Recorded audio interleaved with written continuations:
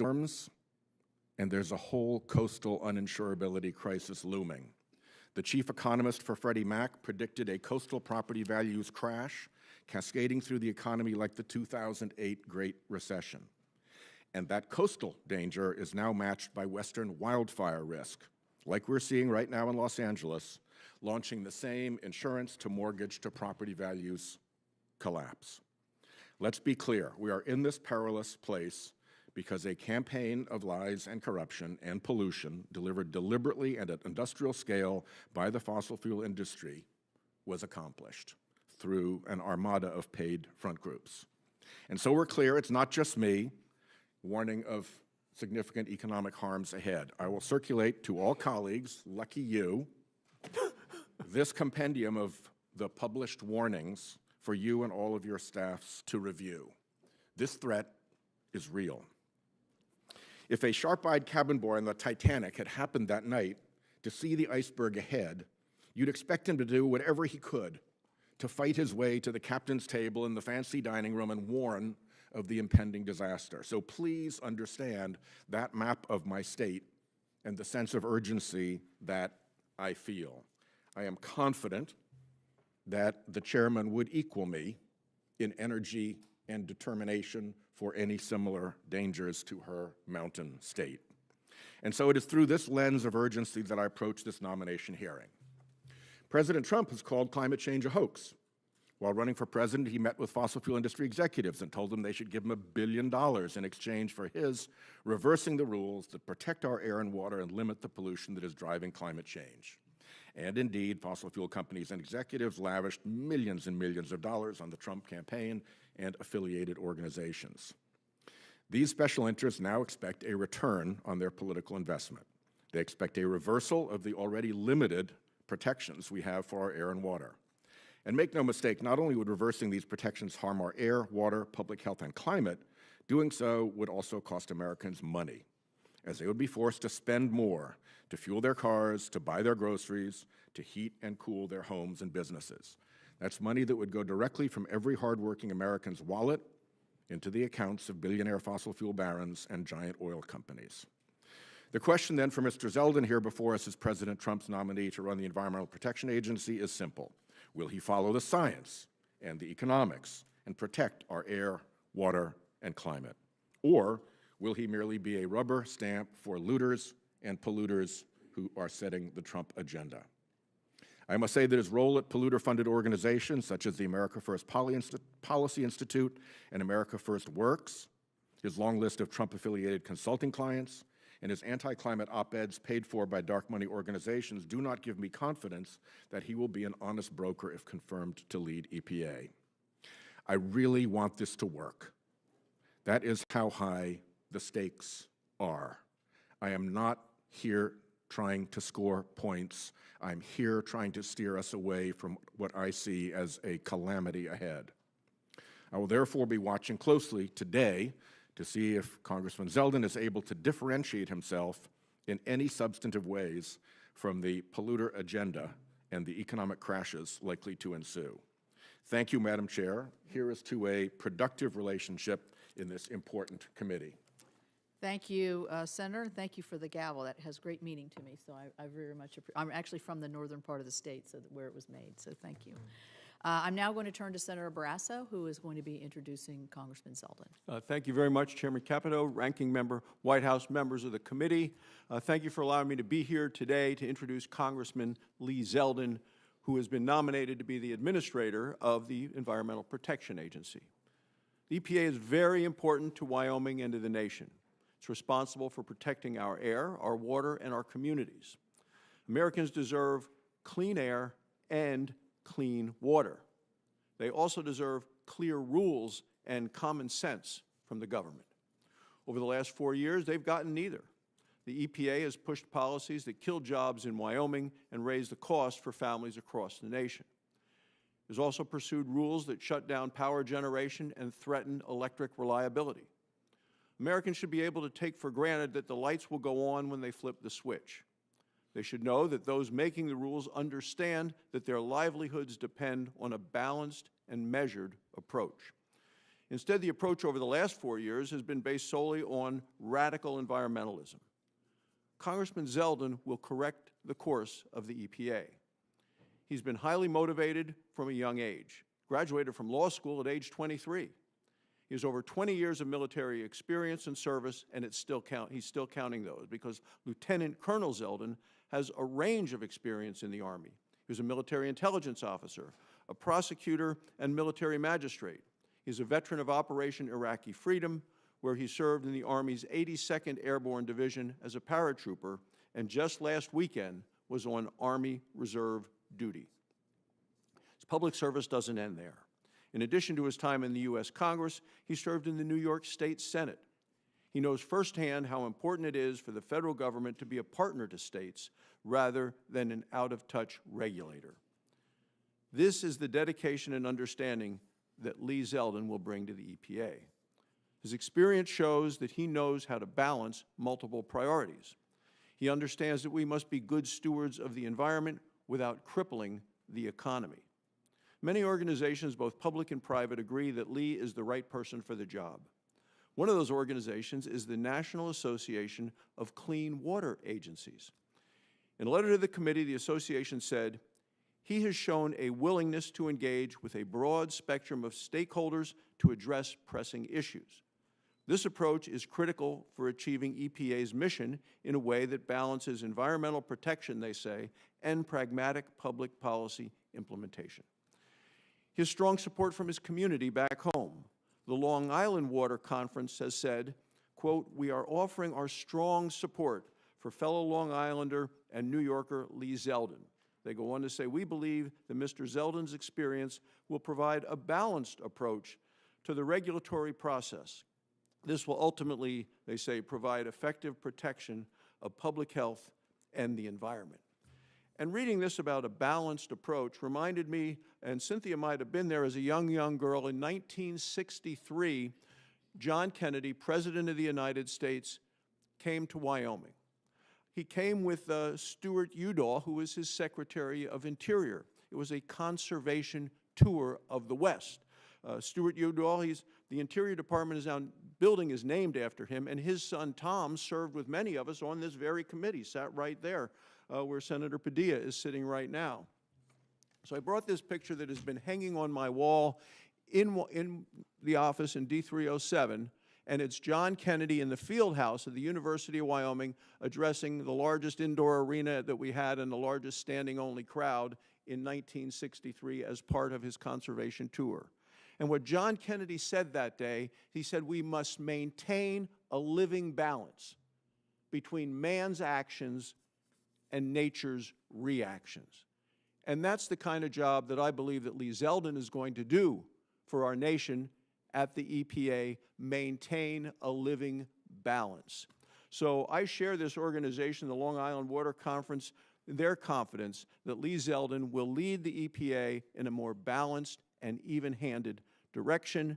So I say, Lee, congratulations on your nomination. I look forward to working with you on these important issues. I once again thank the committee for letting me join you today. Thank you, Madam Chairman. Thank you. As a former chair of this committee yourself, we welcome you back anytime. So we're going to switch seats here and ask the nominee to come forward.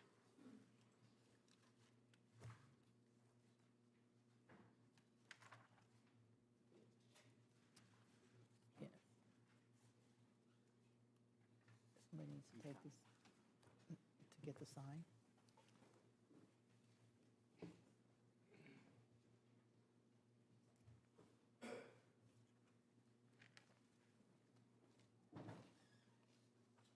We didn't want your first utterances to be as a John Barresso imitator, so we wanted to make sure we had the right name. Welcome to the committee, Mr. Zeldin, and I'll look forward to your opening statement. Thank you. Thank you, Chairman Capito, Ranking Member Whitehouse, and all the distinguished members of this committee. It's been an honor to meet with all of you to learn more about your highest priorities. I look forward to working with all senators on this committee, on both sides of the aisle, to tackle the most pressing issues facing our country.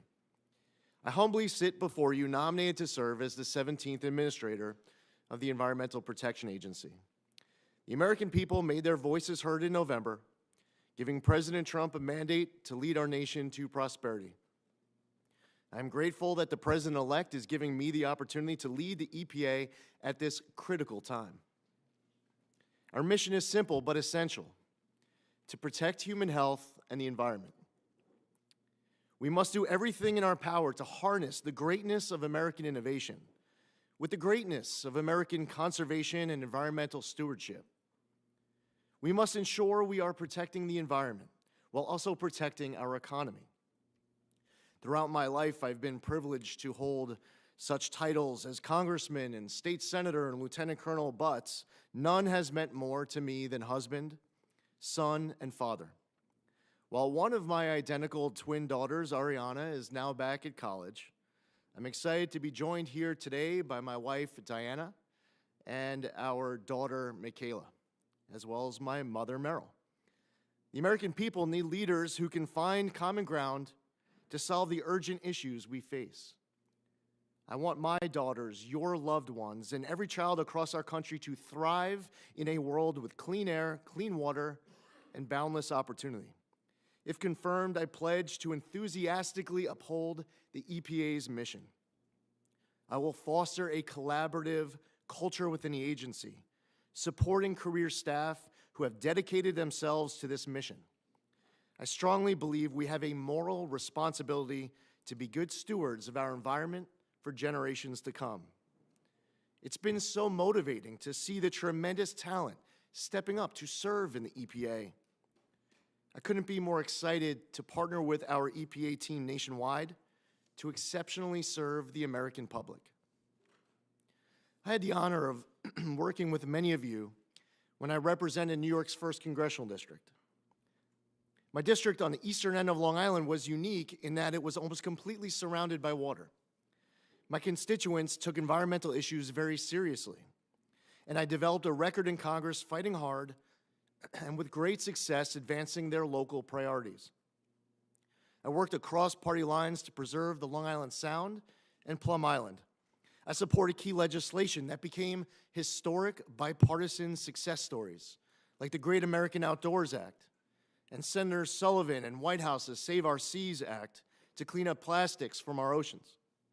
Whether it was leading the fight for Sea Grant, combating PFAS in drinking water, voting for the Lautenberg Chemical Safety Act, or supporting clean energy projects on Long Island, I was proud to do my part to secure these environmental victories.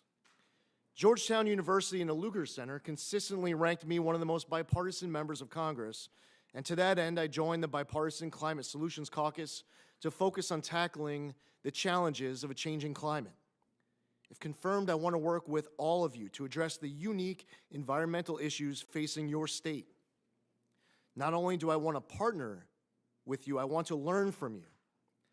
I ask you all what a former administrator asked a great chairman of this committee from my home state, Senator Daniel Patrick Moynihan. What advice would you give me as I undertake to lead EPA? I look forward to having this discussion with each of you.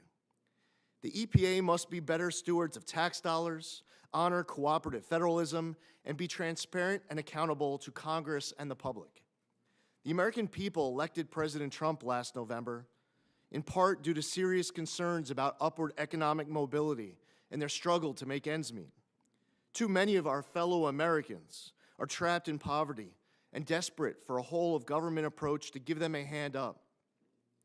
We can and we must protect our precious environment without suffocating the economy.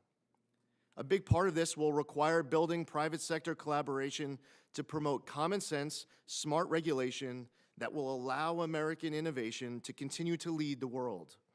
If confirmed, under the EPA, with my leadership, we will prioritize compliance as much as possible. I believe in the rule of law, and I want to work with people to ensure they do their part to protect our environment. Success is defined for many, including me, as leaving this world better than we found it. I want every child in this nation, including my daughters and your children, to inherit a world with clean air, clean water, and a thriving economy. This mission must transcend politics, and I look forward to working with all of you to achieve it. I thank you, Chairman Capito, Ranking Member Whitehouse, and all the members of this committee. I'm eager to answer your questions and discuss the issues facing your constituents. Thank you. We're now ready to begin with the questioning portion for our witness. Senator Whitehouse and I have agreed to have 2 rounds of 5 minutes for questioning. So let's try to keep our first questions within the 5 minutes in respect for everybody's time. To begin, this committee has 3 standing yes or no questions that it asks all nominees who appear before the committee. So I want to ask you these 3 questions.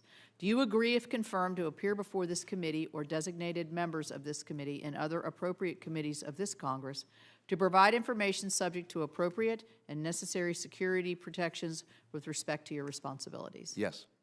Do you agree to ensure that testimony, briefings, documents, and electronic and other forms of communications of information are provided to this committee and its staff and other appropriate committees in a timely manner? Yes. Thank you. Finally, do you know of any matters which you may or may not have disclosed that may place you in a conflict of interest if you are confirmed? No. Thank you. All right. Well, I will begin questioning, and then I'll go to the ranking member.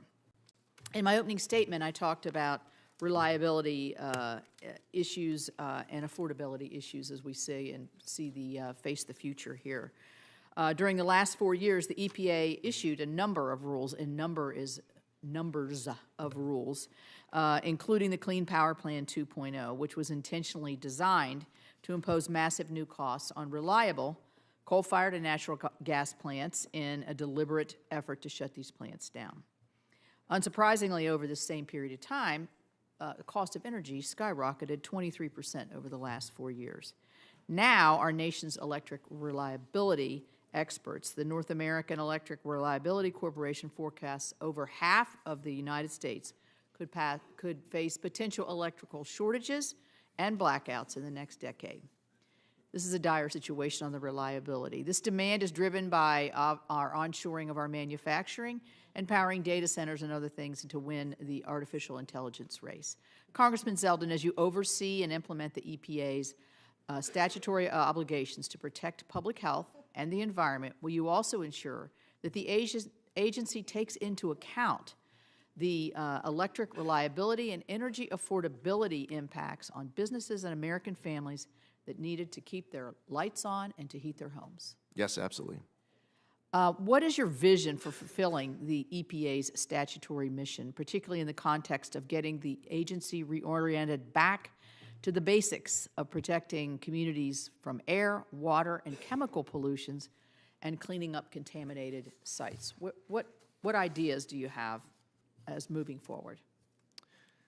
Chairman, it's important that the EPA is honoring our obligations under the law, fulfilling the historic landmark laws that are on the books, like the Clean Air Act, the Clean Water Act, the Safe Drinking Water Act. It's important that the EPA is accountable and transparent to all of you here on this committee. It's important that we are working closely in collaboration with career staff at the EPA and working closely with other agencies where there's overlapping jurisdiction to make sure that we are following our new obligations under the law as Congress enacts new laws moving forward, to make sure that we are abiding by the Administrative Procedures Act, that I, as administrator, I'm not prejudging outcomes, that I'm making sure that our actions are durable, that they are able to withstand scrutiny, and at the end of the day, I'm able to sit before you at further hearings and to be able to account for my actions as administrator and our actions as an agency. I look forward to working with all of you in order to make sure that Congress's intent is filled, that we also honor the Loper-Bright decision that was just issued by the Supreme Court to make sure that it is, in fact, Congress's intent that is being implemented, and it's not us as an agency filling in any gaps however we might see fit. It requires a close collaboration, not just internally within the agency, but with each and every one of you as well. Thank you. Thank you. And I should have welcomed your wife, Diana, and Michaela, and your mother, Meryl. And we miss Ariana, but I hope she's watching it from afar. I want to talk about PFAS. West Virginians have had firsthand experience with PFAS contamination and pollution. Everybody does, but we've had a little more, I think we had a little bit earlier, discovered earlier. And I want to continue, we tried last session to get some leading legislative efforts to try to protect essential service providers and American taxpayers from costly litigation and liability. It's a very complicated issue, as you know, but it speaks to one of the core missions of the EPA, which is safe drinking water and clean water. I understand that your New York district has actually experienced the negative effects of PFAS pollution. If confirmed, how do you plan to address the growing challenge of PFAS pollution through the EPA's existing authorities? Chairman, when I was in the House, I was a member of the PFAS task force, also voted for the PFAS Action Act. EPA has an important responsibility to make sure that our obligations are implemented correctly. That is something that through our enforcement and compliance, we have to ensure that we are moving the needle all across this entire country. There are cleanup projects, large and small, across America where many Americans have been waiting decades, generations for that leadership and that action. So working with all of you to deal with these issues in your home state is something that will be top priority of mine. Thank you. I'll turn it over to the ranking member. Thanks. Before I get to my questions, if you'd be kind enough to entertain a unanimous consent request to put Yes. certain documents into the record. Okay. I will not put this beast into the record, to spare everybody that, but I will be circulating it to your offices. I would like to put into the record the cover article from the Economist magazine from this April, warning of the next housing disaster from that climate risk to insurance to Without mortgages, objection. property values cascade. And we put a lot of work into this when I was chair of the Budget Committee, and I'd also like to put in the report summarizing the evidence we had used in the Budget Committee on the same insurance crisis. Without objection. I have also a letter here from CREW, Citizens for Responsibility and Ethics in Washington, regarding the Zeldin nomination. Without objection. And finally, I have a letter dated January 15, 2025, submitted by the Climate Action Campaign and signed by over 70 environmental organizations concerning the nomination. Without objection. Great. Thank So you very ordered, much, yes. Chairman. Mr. Zeldin, welcome. As we discussed when we met, I said I was going to ask you some really basic, no-tricks questions about climate change. So let me just start with those. First, as a matter of law, is carbon dioxide a pollutant? Thank you, Senator, and I enjoyed our meeting with your team as well, and I look forward to working with all of you.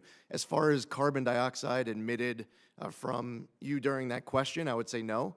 As far as carbon dioxide that is emitted in larger masses that we hear concern about from scientists as well as from Congress, that's something that certainly needs to be focused on for the EPA. And as a matter of law, it is a designated pollutant, correct? Senator, while carbon dioxide is not named as one of the 6 in the Clean Air Act, the EPA has been treating it as such. Yeah, because of a Supreme Court decision that said so, correct? Correct, yes, Senator. What effect, briefly and in layman terms, I know you're not a scientific expert, what effect are carbon dioxide emissions from fossil fuel combustion having in the atmosphere? Senator, while I am someone who believes strongly that we should work with the scientists, leaving the science to the scientists, the policy to the policymakers, and that we all work together.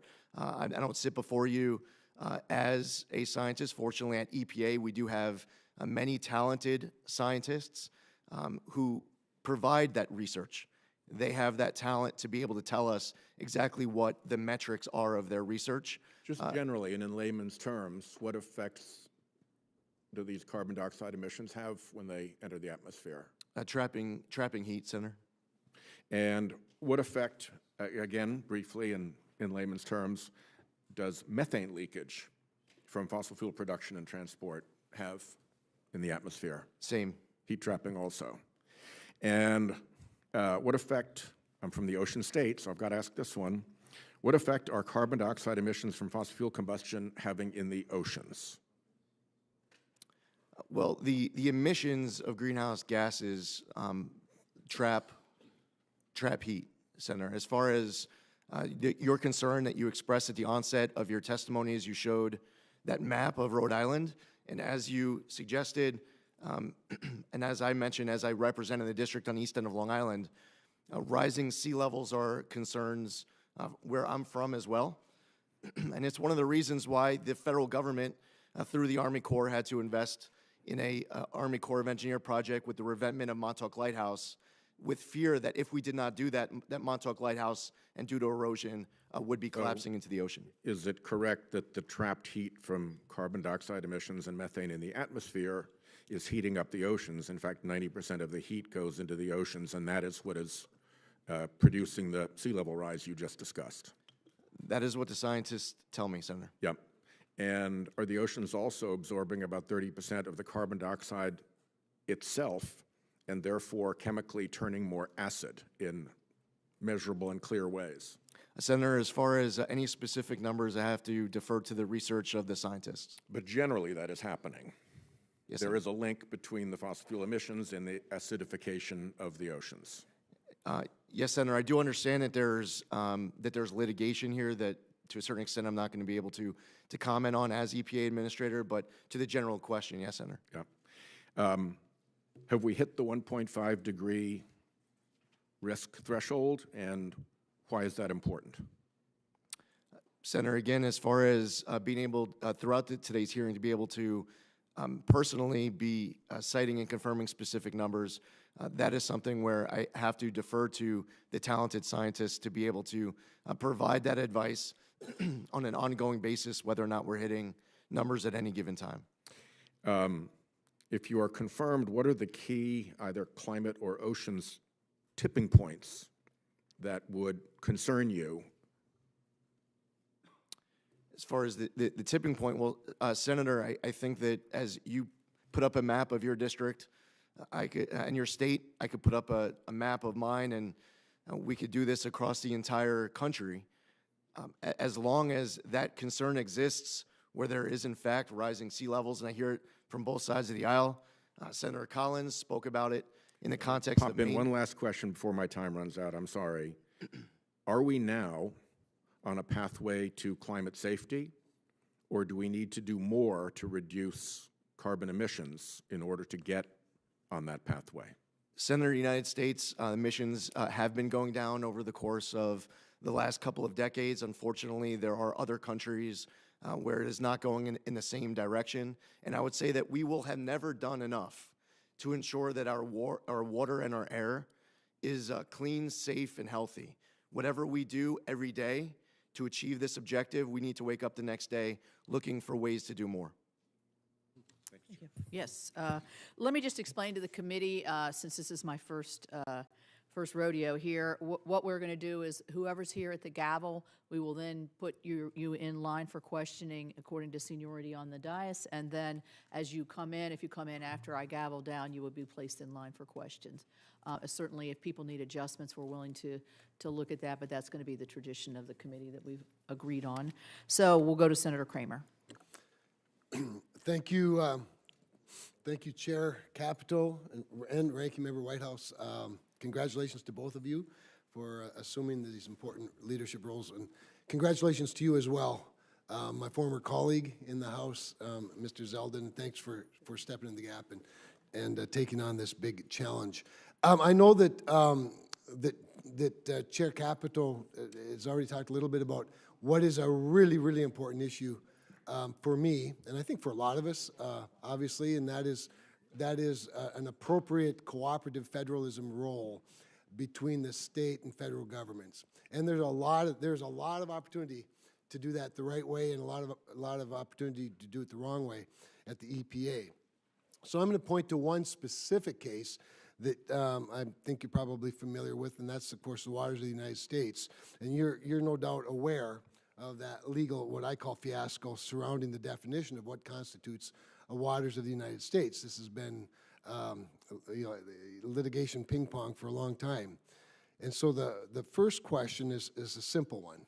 Mr. Zeldin, when you read the Sackett decision authored by Justice Alito, would you describe it as prescriptive or ambiguous as it comes to the definition of a federally jurisdictional water? It was clear and prescriptive. It was. When the decision was issued, The Biden administration officials even told me that the direction from the Supreme Court was clear, that they didn't leave a lot of ambiguity. And here's one portion that I wanted to chat with you about, because I believe it's particularly instructive should you be confirmed. Quote, finally, it is also instructive that the Clean Water Act expressly protects the primary responsibility and rights of states to prevent, reduce, and eliminate pollution, and to plan the development and use of land and water resources. It is hard to see how the state's role in regulating water resources would remain primary if the EPA had jurisdiction over anything defined by the presence of water, unquote. Now, I was tempted to bring the poster, but you know, in previous definitions, as they've gone back and forth, there's one that Sackett was based on, actually, or that would be relevant to Sackett, where the entire state of North Dakota was basically a federal wetland. We're a semi-arid state with badlands and big prairies. Should you be confirmed, it would be really good if the administrator took this decision and the legislative history behind it and start a rulemaking process post-Sackett with the assumption that states have primacy and primary responsibility for water within their states, not the federal government. How do you intend to sort of approach that?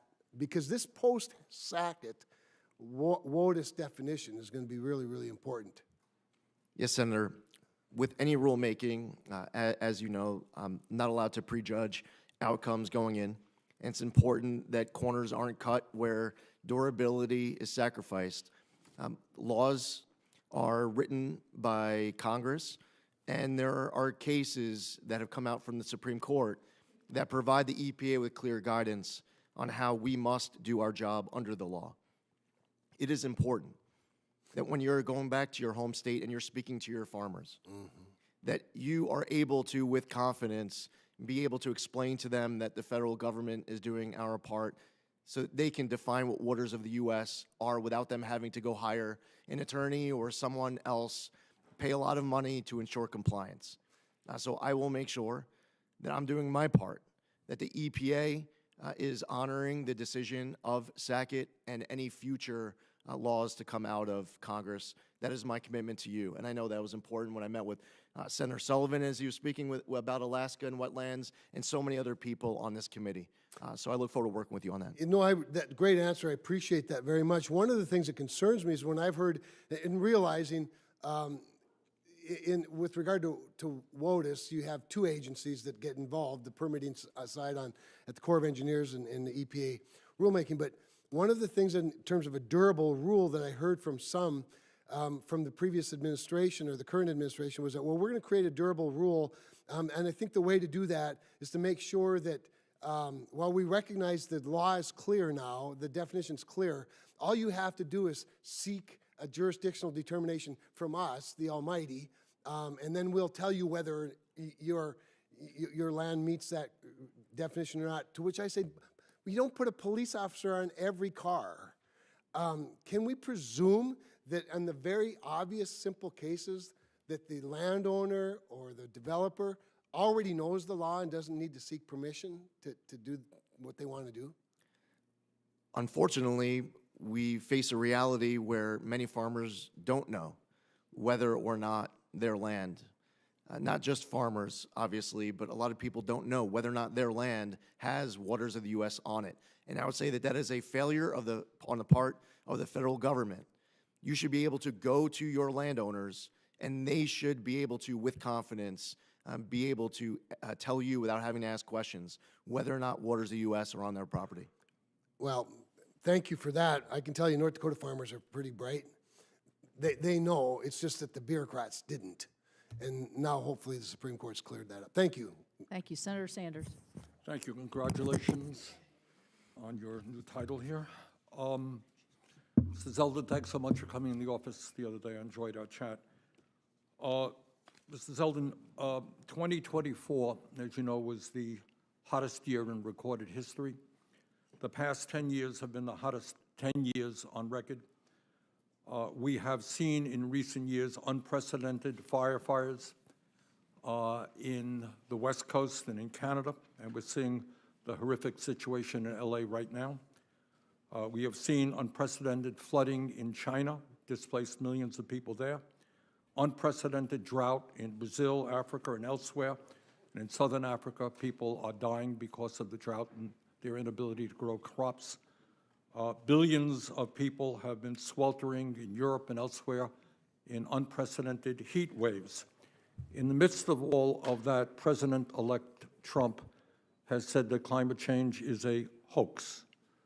You will be, if confirmed, one of the leading spokespeople in this country, representing us throughout the entire world. Do you agree with President-elect Trump that climate change is a hoax? Well, first off, Senator, it was great to meet with you as well. I believe that climate change is real, as I told you. As far as President Trump goes, the context that I've heard him speak about it was with a criticism of policies that have been acted because of climate change, and I think that he's concerned about the economic costs of some policies where there's a debate and a difference of opinion between parties. I would respectfully disagree with you. I think he has called it a hoax time and time and time again. And I would just say for the record that, and let me ask you this question, all right? Some of us have used the word existential threat. What we're seeing in LA right now is apocalyptic, and the other terrible weather disturbances, whether in the Midwest of this country, whether in many states that are represented right here. Unprecedented floods in my small state of Vermont. We've been hit over and over again in recent years. Our state capital, Montpelier, was underwater recently in a way that we have not seen. Would you describe climate change as an existential threat, meaning that there must be an urgency to get our act together, to address it? Senator, we must, with urgency, be addressing these issues.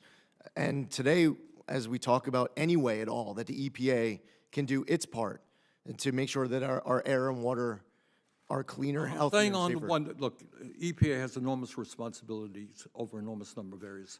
I'm focusing on picking up what Senator Whitehouse said.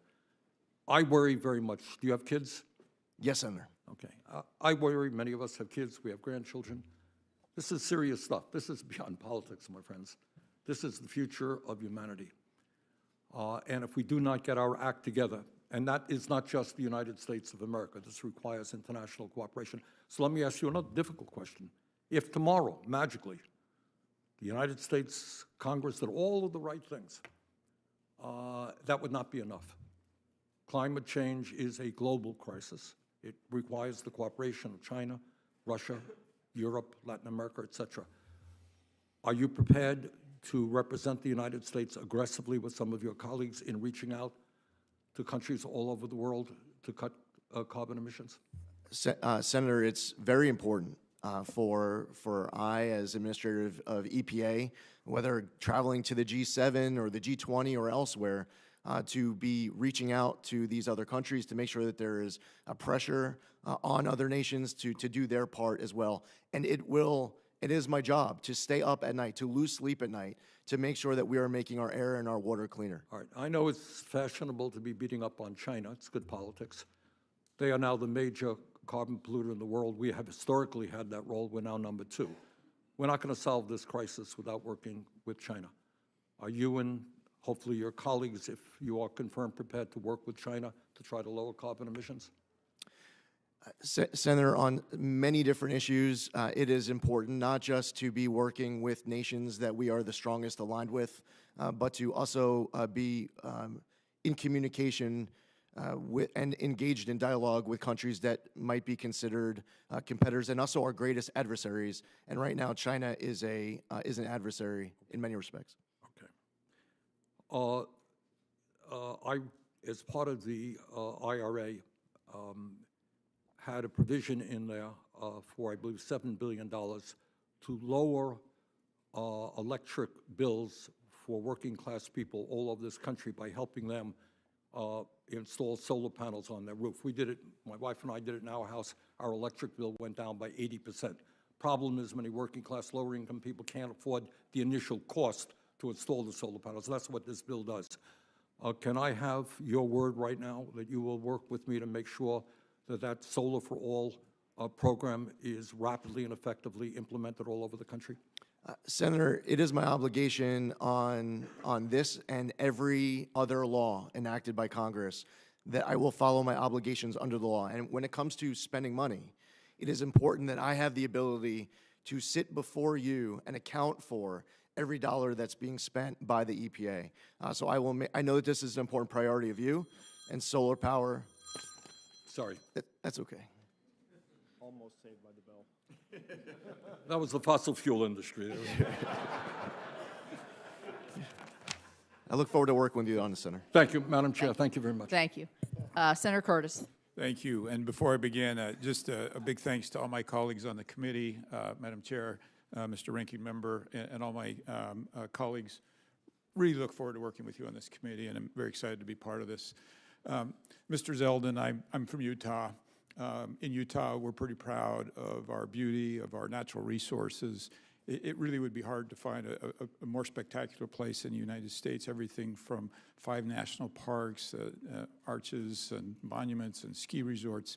And I think because of that, Utahns have this inherent desire to take care of it, to leave it better than we found it, to make sure that we're not polluting. I can find total agreement in Utah that less pollution is better than more pollution, less emissions is better than more emissions, and that we want to leave the earth better than we found it. And you and I had the benefit of working together in the House. And I just want to use this opportunity to thank you for your support of my work in talking about climate, talking about some of these issues that are being addressed this morning. And I just, for all my colleagues who didn't see us work together in the House, I just want to emphasize how helpful you were getting Republicans talking about climate and dealing with some of these serious issues. I don't know if you want to comment on that or have any thoughts on that. Well, Senator, congratulations. I'm looking forward to serving with you in this new capacity, and I enjoyed our work together. I would say that there's a lot that should unite Republicans and Democrats, conservatives and liberals as it relates to the environment. I represented a district where people who are conservative Republicans would be able to unite with people who identify as more liberal Democrats to focus on making our environment better. That type of work together, that common ground, is what the American public are desperate for. They are looking for us to be able to find pragmatic, common sense solutions to be able to represent their interests here in D.C. Yeah, and I'll just double down. My experience is you're the right person to do that, and I appreciate your efforts. Now, all of that said, let me talk about some problems in Utah, and some of that has to do with our geology and geography. And you and I, when you were in my office, we talked specifically about the Uinta Basin. 80% of the methane that is registered in the basin doesn't come from traditional fossil fuel sources. It comes from ground sources. It comes from air that comes into the region. And yet they're judged and measured on that whole 100%, not the 20% that they admit.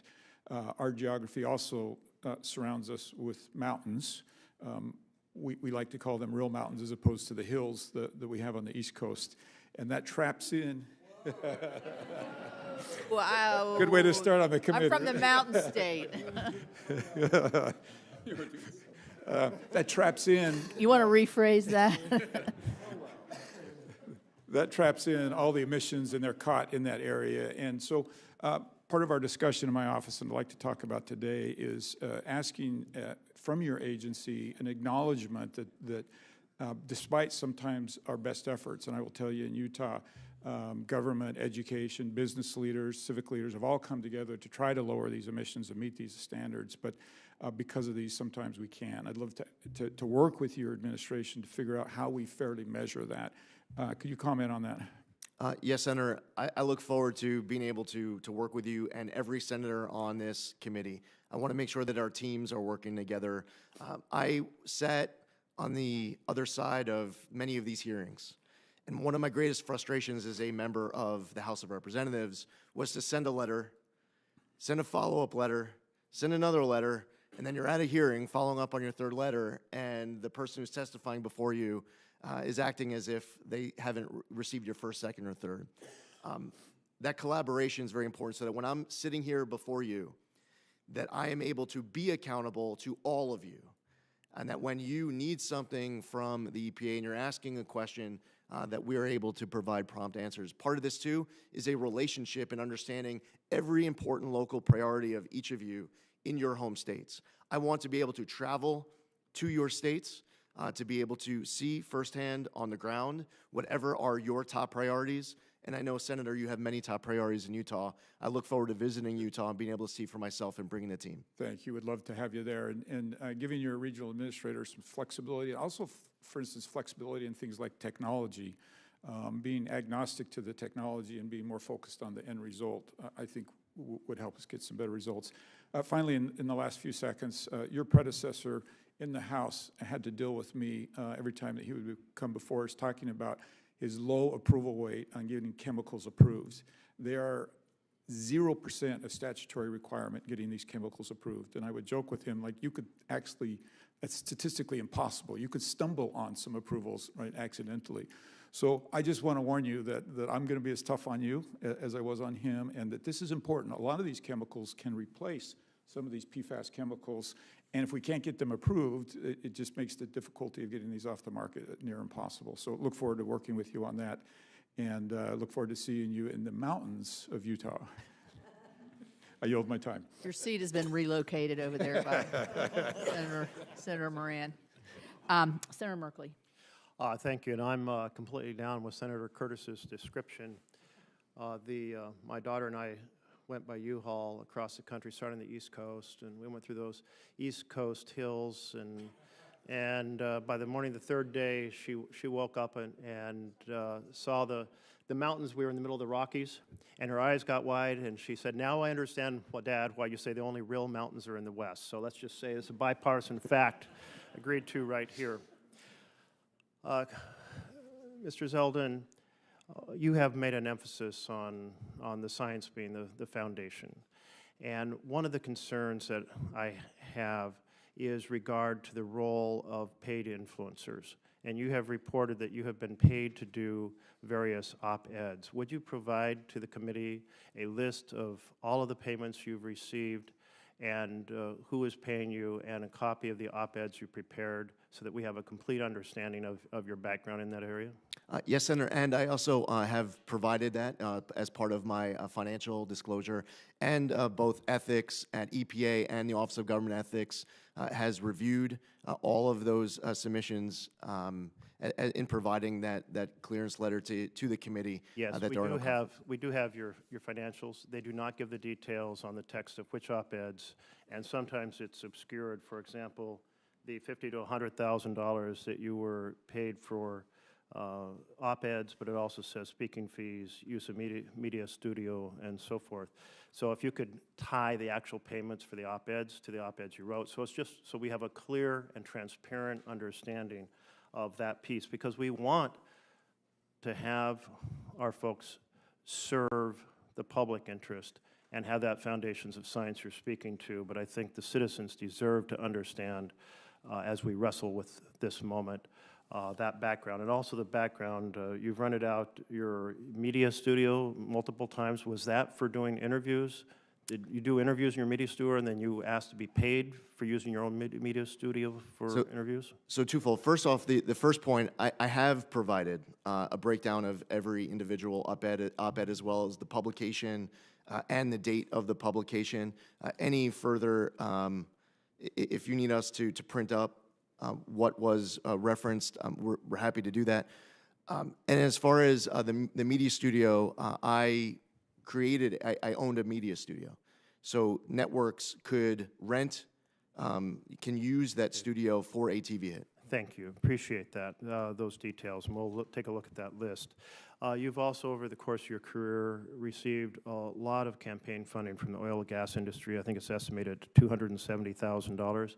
Can you assure citizens that the campaign support you received from oil and gas industry will not influence your service to the public of the United States? Yes, Senator, there's no donation that anyone has ever provided me at any point of any amount that is going to influence any decision that I make in this position or beyond.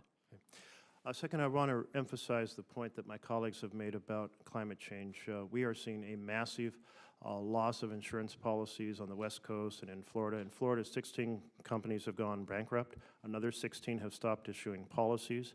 State Farm has withdrawn a massive number of policies from California. We had 6 towns burned to the ground in my home state of Oregon, less well publicized across the country. It is really a challenge. Huge number of folks in California are having to go to a state program they created, same in Florida, because no insurance would insure properties. The problem with those is there's no great solution. They're extremely expensive and difficult and have very limited coverage. All right, so I want to continue on plastics. I've been very concerned about plastics. We have more and more articles. This article I'll submit for the record. Thank you. The Washington Post has just found out about the threat between microplastics and cancer, and it goes on to talk about colon cancer, the imbalance of antioxidants, lung cancer. We've had a whole series of articles about heart disease. We have this article, Bioaccumulation of Microplastics in Human Brains, out of New Mexico. It's out for peer review right now, but we're learning more and more. We now have plastics in breast milk, plastics in every organ of the body, and plastics in our brain. In fact, it turns out, according to this study, if this turns out to be accurate, the highest accumulation of plastics is in our brains. We also have a record of microplastics and nanoplastics affecting human fertility. Plastic is, by its chemical structure, an endocrine disruptor. Are you familiar? Have you steeped yourself in the science and problems associated with plastics in the human body? Yes, Senator, and I enjoyed being able to meet with you and your team in your office, where clearly this is an issue of great interest and passion of yours. I would look forward to an opportunity to be able to read what you're referencing specifically, just so that I can become intimately familiar with any detail that you're citing that I have not read before. I was hoping that's what you're going to do after our meeting in our office. You're going to go out and say, I got to read all these articles. Senator, and I would look forward to continuing to read even further. There is an effort by the chemical industry to say, don't worry, we'll just melt everything down in big pots to keep plastics out of the waste stream. They call it chemical recycling. It's basically thermal melting. But it has proved to only be usable in very limited, basically manufacturing waste as opposed to post-consumer plastics. But they're trying to sell it as the absolute cure. Don't worry, we can go from 8% recycling in America to a high percent. Are you familiar with the very limited role, but the chemical industry is trying to say, don't worry, be happy on plastics? I'm aware, yes, sir. Do you understand, and have you made yourself knowledgeable of the inaccuracies that are being publicized about this thermal strategy? Senator, I am researching and reading all that's being provided on all sides of this issue. Going back to my time in the House, I advocated to clean up our waterways around my district, and as I cited in my opening, the bipartisan work between Senator Whitehouse and Senator Sullivan on Save Our Seas and Save Our Seas 2.0 should be a model to be followed of bipartisanship to go even further. Yeah. I see I'm over time. I'm sorry, Madam Chair. I'll just close by saying, in plastics, there's a big story trying to be sold about don't worry. It'll be your responsibility to make sure you speak the truth to the American people. Thank you, Senator. Senator Sullivan. Thank you, Madam Chair, and I want to congratulate you and the ranking member. It's a great committee for our new members. We get a lot of things done here, usually very bipartisan. We have some differences, but that's okay. Mr. Zeldin, it was great meeting with you. Congratulations to your family as well, and thanks for your service. It's not always easy, we know. You know, Alaska, we love our clean water, clean air. We don't think, we know we have some of the cleanest air and water in the world. We're proud of that. We don't always think the EPA has helped in that regard. It's more state actions. So I want to begin by getting you to commit to me to come up to Alaska with me, bring your family. We can do some fishing maybe after you see all the important elements of Alaska. Big mountains, no offense to Utah, but real big mountains. So we have a little fun on state size in this committee. But can I get your commitment to do that? Yes, Senator, and unlike predecessors of mine who attempted to try to negotiate an August trip, I would want to go when it's as cold and dark as possible. Yeah, well, it's happening right now. We have communities in Alaska that are hitting 30, 40 below zero, and so we'd love to have you in the winter and summer. So Senator Ricketts looks like he wants to come with me, so I look forward to it. Love to have him. Second, I really appreciate the shout out to me and Senator Whitehouse on the Save Our Seas Act, Save Our Seas 2.0. That was the most comprehensive ocean cleanup legislation in the history of the country. Those were both signed by President Trump. You might want to ask Senator Whitehouse at some point about the signing ceremony that we had in the Oval Office with President Trump on Save Our Seas 1.0 was Commerce Secretary Wilbur Ross and others. It was great. So can you commit to me to work with this committee? I think we already have President Trump's commitment to continue the progress we've made on ocean cleanup, plastics cleanup. It's good bipartisan work. The Trump administration and the president himself is very committed, and so are we. And we're already working on 3.0. We got to focus on the implementation of SOS 2.0, though. Yes, Can we Senator. get your commitment on that? Yes. Great. Well, look, I want to go back to Senator Kramer's issue of, in your opening statement about honoring cooperative federalism. And as you know, our Clean Air Act, our Clean Water Act laws from Congress contemplate a scheme of cooperative federalism that provides an active, in some case, primary role for states on these laws. Will you commit to doing to that? Because it's a really important issue for my state. Yes, Senator. So one of the areas where we haven't seen cooperative federalism at all is the way in which the EPA in my state has a history of enforcing the laws. And no offense to my Democratic colleagues, this is always with Democrat administrations. The Obama administration did what they do is they come in with giant, heavy armed agents, body armor, helicopters, like it's shocking. We had a raid on some placer miners in a place called Chicken, Alaska, under President Obama. Over 30 armed agents, body armors, to do what? Do compliance on the Clean Water Act. They didn't find one violation. They scared the hell out of the miners, okay? Then, not to be outdone, the Biden administration has done these raids on small mechanic shops in Alaska. They bring up EPA agents from all over the country, 30 armed agents kicking in doors in mechanic shops in Alaska. By the way, my state believes in the Second Amendment. Most of my state is armed. This is very dangerous because some of these agents could get shot when they're coming in. So what's happened is you don't have cooperative federalism. You have rogue EPA agents who are going to enforcement before they talk about compliance. On any of these issues, they could have gone to these mechanic shops. They could have gone to the miners saying, hey, we think you may be violating the Clean Water Act. Can you work with us? No. These guys come. They had 40 agents, all of them armed, raiding these mechanic shops. It is just an outrage. Can I get your commitment to focus on compliance rather than jumping to armed enforcement? And secondly, look, I believe in an armed citizenry. I believe in the Second Amendment. I don't believe in an armed bureaucracy. The EPA is a SWAT team. Do you believe the EPA should even have armed agents? When they go into places, they can just have the local police or local state troopers.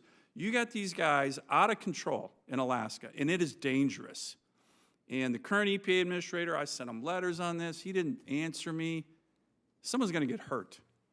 Can I get your commitment to focus on compliance, civil compliance, as opposed to kicking in doors with body armor, assault rifles, helicopters? It's crazy, and it's really outrageous, and It happens under Democrats, not President Trump, Democrats. Senator, it is outrageous, the story that you told and Senator Murkowski shared with me as well with regards to Chicken, Alaska.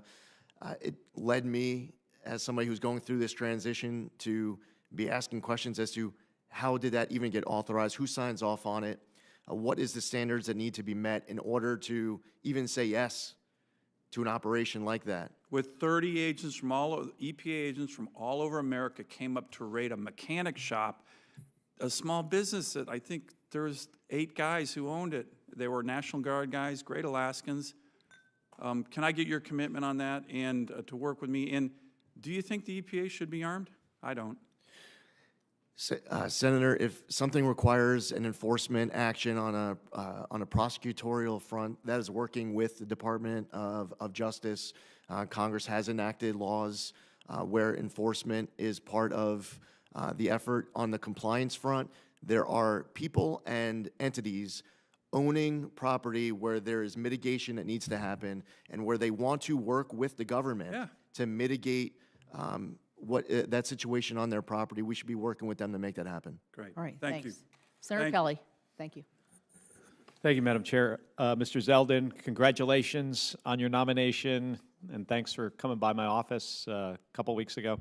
As we discussed, Arizona has some unique challenges that we need some help from EPA leadership on, and we need to work with you as a collaborative partner to help us address some specific air quality and water quality challenges that we're facing, and to do this in a way that does not disrupt our state's growth. We're a rapidly growing state. So let's start with air quality. As we discussed, Maricopa County, which is Phoenix, half the population of the state, is in non-attainment under the Clean Air Act for ground-level ozone pollution. Now, under the Clean Air Act, the way the law assumes air quality can be improved is by reducing emissions from stationary sources of emissions, like big manufacturing. Might make sense in some parts of the country, certainly in more industrialized areas, the Rust Belt, the East Coast, but it doesn't make sense in Phoenix. And the reason is we're a really young state, and we don't have a history of this heavy manufacturing. And manufacturing, by the way, is not the source of our air quality challenges in Maricopa County. EPA's own modeling shows that 80% of the ozone-forming pollutants in the Phoenix area come from either natural sources like wildfires or sources outside of the region, like California and Mexico. Now, this means that the typical EPA playbook for how to improve air quality and protect public health is not going to work in Phoenix. It's just not. So we need partnership and collaboration with the EPA headquarters and EPA Region 9 to address these challenges. And we've been working closely with state and local officials and our business community on this. And there are specific actions that we're asking for EPA partnership on. So I'd like to ask for your commitment to working with us on these issues. I'm going to go through them. There's like 4 of them. First, we have several new source review permits currently under review by the Region 9 office. If confirmed, will you commit to ensuring that those permits are prioritized for review? Senator, your priorities will be mine. We'll make sure that we follow the law, but making sure that this is top of the list. Thank you. And second, Maricopa County has submitted 2 local rules, which are called Rule 204 and 205. We spoke about those in my office that would provide alternative pathways for generating offsets for new permits for new manufacturing facilities. So remember what I said, we don't have the heavy manufacturing that's shut down that would generate a permit. So these rules have some other ways to do that. So both rules are still pending final approval, although I understand that Region 9 and Maricopa County have been meeting weekly on this to resolve some outstanding issues. But Mr. Zeldin, will you commit to ensuring this coordination between EPA and the county can continue with the goal of having both rules approved as soon as possible? Senator, while I can't prejudge outcome as far as approval goes, on anything, you absolutely have my commitment to be able to work with you, those local partners, to come to Arizona. You also mentioned the Yuma example as well. And as you pointed out, you come from a state where, in a place like Maricopa, you don't have a lot of these sites shutting down. You have more coming in, which is a good problem to have in one way, but you definitely need that partnership with EPA. Yeah, it's challenging in the other way. Right. And that's what we've got to figure out. Third, as I noted, we're still trying to understand the long-term reasons our air quality is getting worse and how to resolve that challenge. Will you commit to help Maricopa County develop some better models to understand why our air quality is getting worse in Maricopa County and help us find some solutions to address this long-term? Yes, Senator. And fourth, in that same vein, we know that emissions from Mexico are a serious contributor to our air quality challenges throughout Arizona. Will you commit to having the EPA Region 9 and the EPA Office of Transportation and Air Quality work with our local officials to ensure that our attainment plans account for cross-border pollution?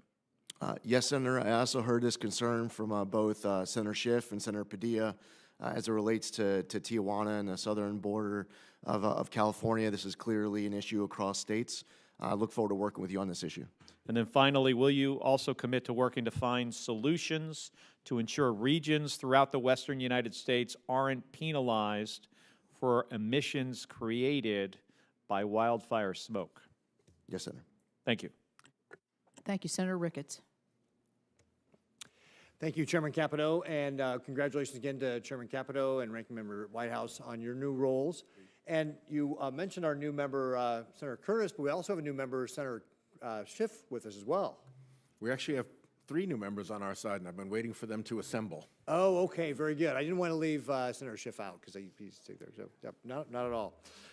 I'm excited to work with the entire team here with regard to the upcoming session here.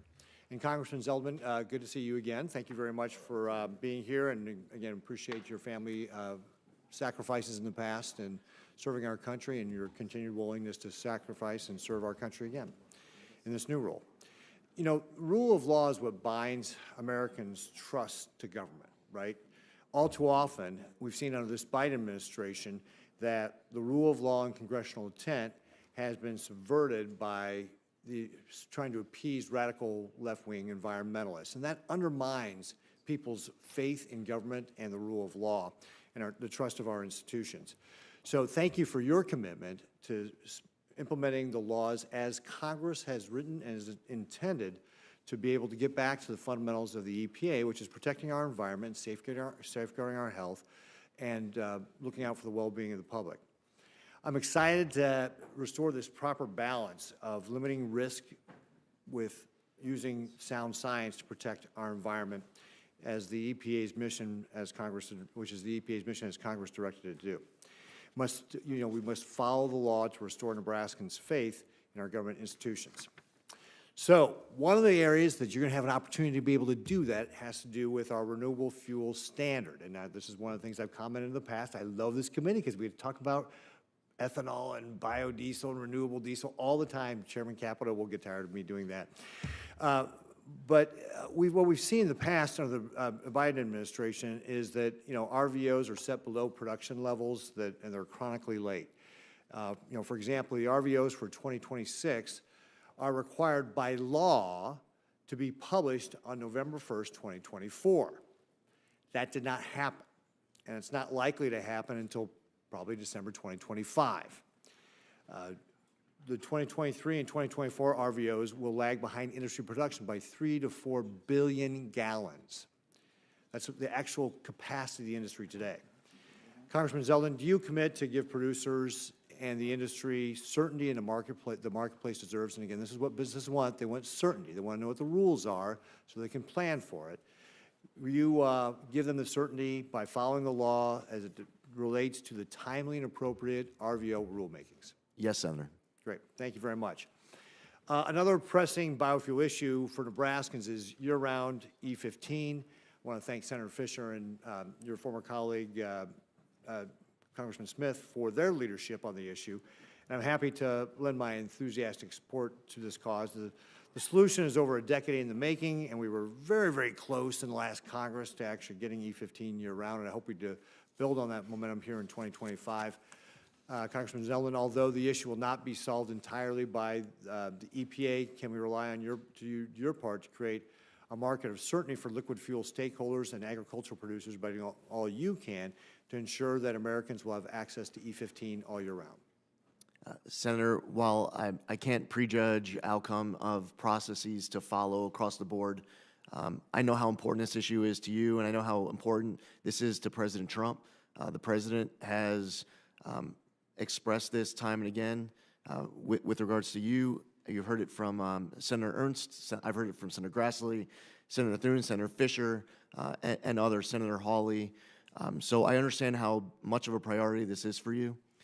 As far as establishing certainty, hopefully this is something that Congress is able to resolve to the extent that you're relying on the EPA to establish that certainty. I look forward to being able to do my part, and I want to continue to work with you to achieve the outcomes that we had discussed. Great, thanks. And you know, one of the things that, and we'll get into it in the second round of the questioning as well, but I think it's really, really important that we get away from what the Biden administration was doing with regard to trying to tip the scales toward their solution. That's how I interpret their delay on renewable fuels. Like, we all want to reduce our impact on the environment. Renewable fuels are one of the ways we can do that. They wanted to push their solution with electric vehicles. And again, electric vehicles can be part of the solution on how we do that as well. But what we should be focusing on is how American innovation, and I appreciate the fact that you mentioned this in your opening, American innovation is how we solve our problems in this country. So allow Americans to innovate, to find ways to be able to reduce our impact on the environment. And I'll give you just one example. Last year, or maybe it was 2 years ago, I was seeing a demonstration by a hybrid vehicle that had, for a $600 kit, had been equipped to burn 85% ethanol. And it was getting 38 miles to the gallon while reducing the amount of emissions that would have normally been done with a gasoline engine. So that's the kind of innovation that can help us reduce our impact on the environment if we're allowed as Americans to actually innovate, and rather than have this big top-down government one-size-fit-all, like, we're going to push this solution on you, whether it works or not. So I see my time has expired, but I look forward to the second round of our questions. Thank you. Thank you. Senator Markey. Yep. Thank you, Madam Chair. Congressman Zeldin, in 2016, in a congressional debate, you said, quote, "There are many different ways that we can be better stewards of our environment. The key is to reduce our reliance on fossil fuels, to become more environmentally friendly, and to pursue clean and green energy."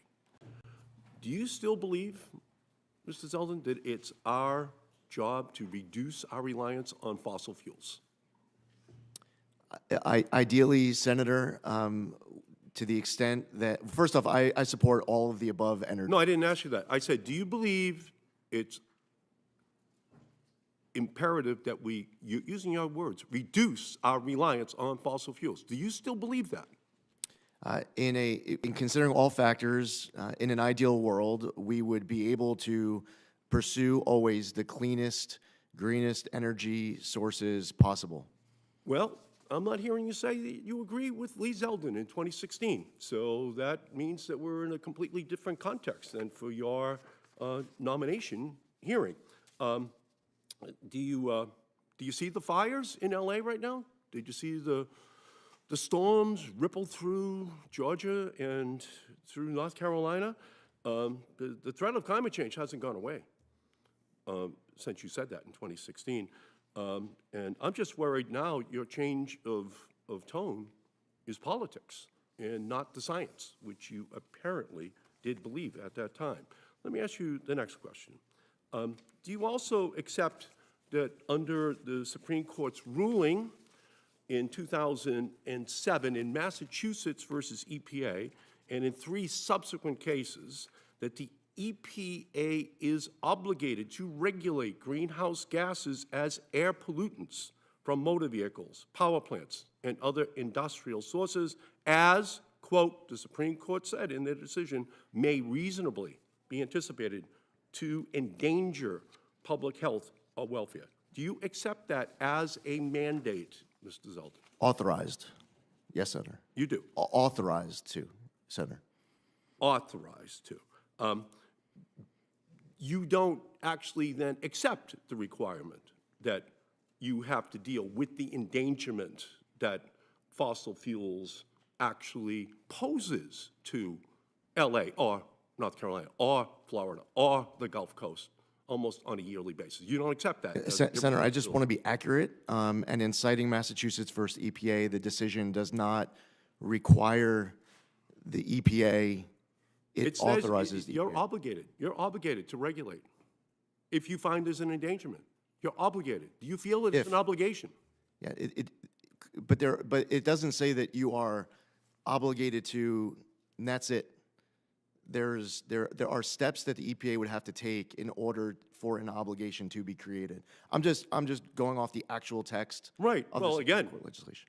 Do you think we're in danger in LA? Do you think the people in North Carolina and the Gulf Coast were in danger? Are they in danger? Absolutely. For people who are having their right. homes burned down. Then you have an obligation to deal with that and to do something. Senator, I'm not hearing your job at you see your job at the EPA as doing something about it. You know, we're watching firefighters run towards the flames in Los Angeles, and the EPA is responsible to keep the fiery embers of climate change under control. Power plants, cars, industry. Are you going to fight those dangers, Mr. Zeldin? Are you going, as you said in 2016, or are you going to fan the flames of destruction Senator, on the demand of the fossil fuel industry, which you now refuse to actually hold responsible for the rapidly warming country that we're living in? Senator, there's a few things there. First off, as far as the Supreme Court case goes, it was not a decision of the Supreme Court that if there was a fire in 2025 in California, that if that fire creates a danger to people who are having their homes burned down, that the EPA is then that triggers the EPA to regulate carbon dioxide. There's just more to that. I'm just trying to be accurate. It's pretty simple. It says the EPA is supposed to be the environmental watchdog and not a fossil fuel lapdog. That's what it says. But and it doesn't actually say that, Senator. It's supposed to have families be able to sleep at night knowing their air is clean and the water is safe and their future is protected. And it just should not leave people up at night wondering if they are going to have danger that comes into their family's existence because of polluters. That's the job. And between 2016 and today, something has happened that you're not willing to just come right out and say that fossil fuels is the central culprit that has been ultimately created by human beings that the EPA's job has as a responsibility to reduce. And you refuse to actually take that central responsibility. Thank you, Madam Chair. Senator Bozeman. Thank you, Madam Chair. And again, congratulations to you and Senator Whitehouse. You all are going to be a great team as usual, and a great example, I think, for the rest of Congress. Look forward to working with you. We appreciate you being here, appreciate your willingness to serve. We had a great meeting, and I want to compliment you on the fact that you have made yourself available. I know you've worked on that really hard. Senator Curtis, in response to a question of his, you talked about the frustration of writing letters and, you're at a hearing and nobody's responded and making calls. You've got maybe a situation like Dan talked about or whatever senator on both sides of the aisle, and you just can't get through to anybody to really, Can you talk about, as a former member, how important that is to you to make sure that you're going to continue to be available answer the phone and be such that we can get the information that we need to go forward. Senator, I want every member of this committee to have the ability to contact me, to be able to share directly your concerns and your ideas. I want to be responsive to all of the members of this committee. I want my team to be able to work closely with your offices. I want to know what all of your priorities are at any given time. And I want to make sure that I am accountable and transparent to this committee. I spent 8 years in the House of Representatives. I've had an opportunity to see people come before committees, and they were very responsive, and I've seen the opposite. And it is important More often than not. you know, especially with your great chair, and she has a great team to make sure that the EPW committee on both sides of the aisle, with Senator Whitehouse and Senator Whitehouse's team, I want to make sure that there is a very strong relationship between this committee and the EPA. Very good. I have the privilege of serving my colleagues as chairman of the Ag Committee, which has the direct oversight of EPA's Office of Pesticide Programs. I understand you and Agriculture Secretary nominee Brooke Rollins have a good working relationship. As issues affecting agriculture arise, I found farmers and ranchers are best served when the EPA and the Department of Agriculture are working together. Can you tell us about how you envision EPA and USDA working together to create a predictable, science-based, and efficient regulatory system to ensure the timely availability of products and tools farmers and ranchers depend on to produce the safest, most abundant, and most affordable food supply in the world? I agree with everything that you just said, Senator. That must be our goal. That should be the relationship between all agencies, including the interaction between the EPA and the USDA, in a way that you are able to go back to all of your constituents and to be able to talk about that progress that has been achieved as a result of these agencies working together. Very good. For the last several years, the EPA failed to collaborate with industries and states prior to rulemaking. I think that's true of whatever administration has been in power. Early in the Biden administration, it became evident the EPA's agenda was shaped by the input from a narrow group of stakeholders. Given that every rulemaking has a significant impact on businesses, workers, and domestic manufacturing, which cannot simply be restored overnight, how will you work with industries more collectively to ensure that their concerns are addressed while maintaining a balanced approach to environmental protection? Senator, first off, it is important that the EPA is always fulfilling our obligations under the law, that we are abiding by the rule of law, that we are following our commitment to Congress to be able to follow the Administrative Procedures Act and to ensure that all actions are durable well into the future. As far as engagement throughout that process, it is important to hear from people who have good, substantive, informed feedback that allows the EPA to be able to do a better job, to make better decisions. And that, at times, might involve me speaking to people who I might agree with or disagree with on any given day. But the worst thing that I could possibly do, that the EPA could do, is to turn a blind eye to great substantive feedback that will better inform our decisions so that we are being responsive and transparent, not just to Congress, but also to the American people. Good. Thank you, Madam Chair. Thank you, Senator Schiff. Thank you, Madam Chair. I feel I should address the mountains versus hills controversy. As a senator from a state in the West, I'm inclined to agree with Senator Curtis. But as I understand where the chair is from, and you are the chair, I'm inclined to agree with the chair. Thank you. So let me just say unequivocally, I've got friends on both sides of this issue, and I stand with my friends. Mr. Zeldin, as you're well aware, the horrific fires that have ravaged California over the last week have displaced thousands of people, resulted in the loss of more than 24 lives. As these fires continue to destroy Californians' homes, livelihoods, and so much more, it's more important than ever that California has the full support of the federal government to recover and respond. Fueled by severe drought conditions and strong Santa Ana winds, unimaginable events like these fires devastate communities and worsen Californians' water scarcity.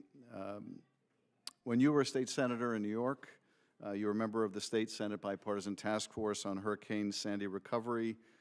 You applauded a comprehensive legislative package that included tax assessment relief for properties catastrophically damaged by the storm, revisions to regulatory obstacles that slowed down the rebuilding process, and improvement and continued expansion of state insurance laws to help policymakers receive funds following a disaster, and more.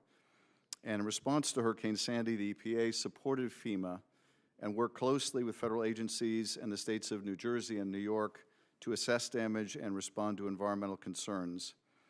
The EPA stepped in to assess the condition of drinking water and wastewater facilities, helped to get several damaged wastewater treatment plants in New Jersey up and running, evaluated conditions at hazardous waste sites, and assisted in the collection of debris and household hazardous waste.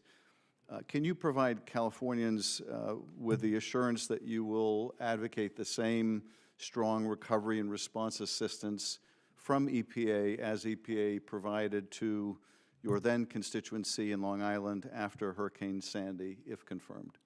Senator, first off, congratulations on your election. I look forward to working with you on this committee.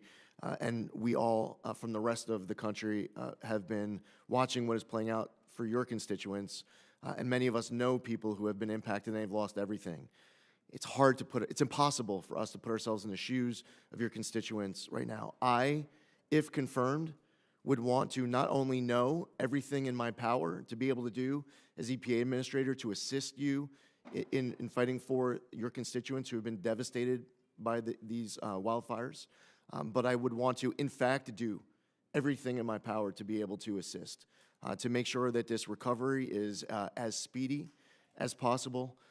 I would like to come to California to speak to those on the ground, hear any concerns that we need to take back with us to Washington, and to assist both you and Senator Padilla and your House colleagues to be able to fight for these constituents who have lost everything. Thank you, Mr. Zeldin. We will welcome you to the state and look forward to your visit. After the Maui fires in August 2023, EPA crews removed more than 200 tons of hazardous materials from 1,400 plus properties in the fire-impacted areas. The EPA also deployed water emergency team members to provide on-the-ground guidance and technical assistance for stormwater, wastewater, and drinking water for the county of Maui. Do you commit also to prioritizing similar assistance for California to ensure that local water supplies are tested, treated, and restored to safe drinking water standards, just as EPA stepped in to do after the horrific Maui fires? Senator, I would want to do everything in my power, if confirmed as EPA administrator, to be able to assist with that as well. And I assume, Mr. Zeldin, your response will not depend on whether disaster strikes a red state or a blue state. You will equally work to speed relief to those Americans affected. Yes, Senator. It does not matter what kind of a state you're from. All 50 states are going to be of the highest importance, regardless of where a disaster ever strikes anywhere in America. Thank you. Let me touch on one other major issue that we discussed yesterday. That's the Tijuana River pollution crisis. This crisis has brought immense industrial waste and raw sewage over the border from Mexico into California, posing serious environmental and public health challenges to San Diego and Imperial County. We've had beaches shut down. We've had sealed training facilities deeply impacted. Coast Guard and Customs and Border personnel have routinely reported suffering from infections and gastrointestinal illnesses. Thanks to the work of Senator Padilla and Representative Scott Peters and others, we were able to secure $250 million in disaster supplemental relief in December, but EPA can play a pivotal role in this crisis as well. I would ask you to support EPA's Border Water Infrastructure Program but also, will you agree to review EPA's January 7th decision to deny request to investigate the Tijuana River Valley for a potential Superfund designation? I'm not asking you to prejudge it, but will you agree to review it and consider whether a different judgment should be reached? Yes, Senator. I thank you. Thank you, Madam Chair. Thank you. Senator Lummis. Thank you, Madam Chairman. Congratulations to you and to our ranking member. Look forward to working with you both. Mr. Zeldin, it's great to see you. Thank you for accepting this nomination, appearing before this committee. I enjoyed serving with you in the U.S. House and look forward to serving with you in your new role at EPA. I also want to extend my warmest welcome to your family. I want to start with a very, very fundamental question and give you an example. The question is it your job as EPA administrator to follow the science or follow the law? Here's the question associated with that question. Clean Power Plan 2.0 has rules associated with it that run afoul of the Supreme Court's ruling in West Virginia versus EPA. So as administrator, will you follow the law, both in statute and as interpreted by the Supreme Court? Senator, on every situation, if confirmed as EPA administrator, my first obligation will always be to follow my obligations under the law. With regard to goals and clean air, is the goal to have clean air, or is the goal to eliminate specific fuels? The goal, the reason why a regulation might be in place is the end state of wanting to have the cleanest, safest, healthiest air, drinking water. That is the goal, the end state of all the conversations that we might have, any regulations that might get passed, any laws that might get passed by Congress. What brings us all together should be the ultimate goal of having clean air and clean water. That is my goal as well, and I look forward to working with you to accomplish that goal. I spent 4 days in October in Silicon Valley, mostly meeting with firms that are developing artificial intelligence. If the U.S. is to be the leader in developing AI, we need abundant energy, and it has to be baseload energy. The demands of artificial intelligence for energy are going to be extraordinary. And so our goal, as you and I agree, is to provide that additional abundant energy so the United States can remain the leader in the world on the development of artificial intelligence, provide that additional energy in the cleanest way possible.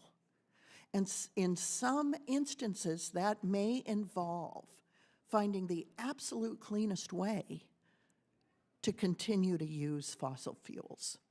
I want to point out to you, if you look at how clean natural gas is in the United States compared to other countries and compared to other sources of energy, you'll be stunned at how clean it is. Yet, sometimes this panel and others tend to lump all fossil fuels together and assume that they cannot be provided as part of the energy base load in this country in a clean way.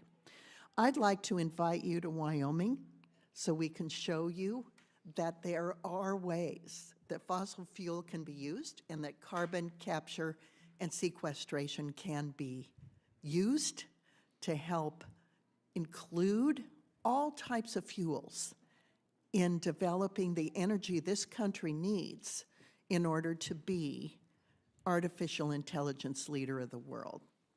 Now, I have another question with regard to small refineries. Thank you for indulging that editorial comment.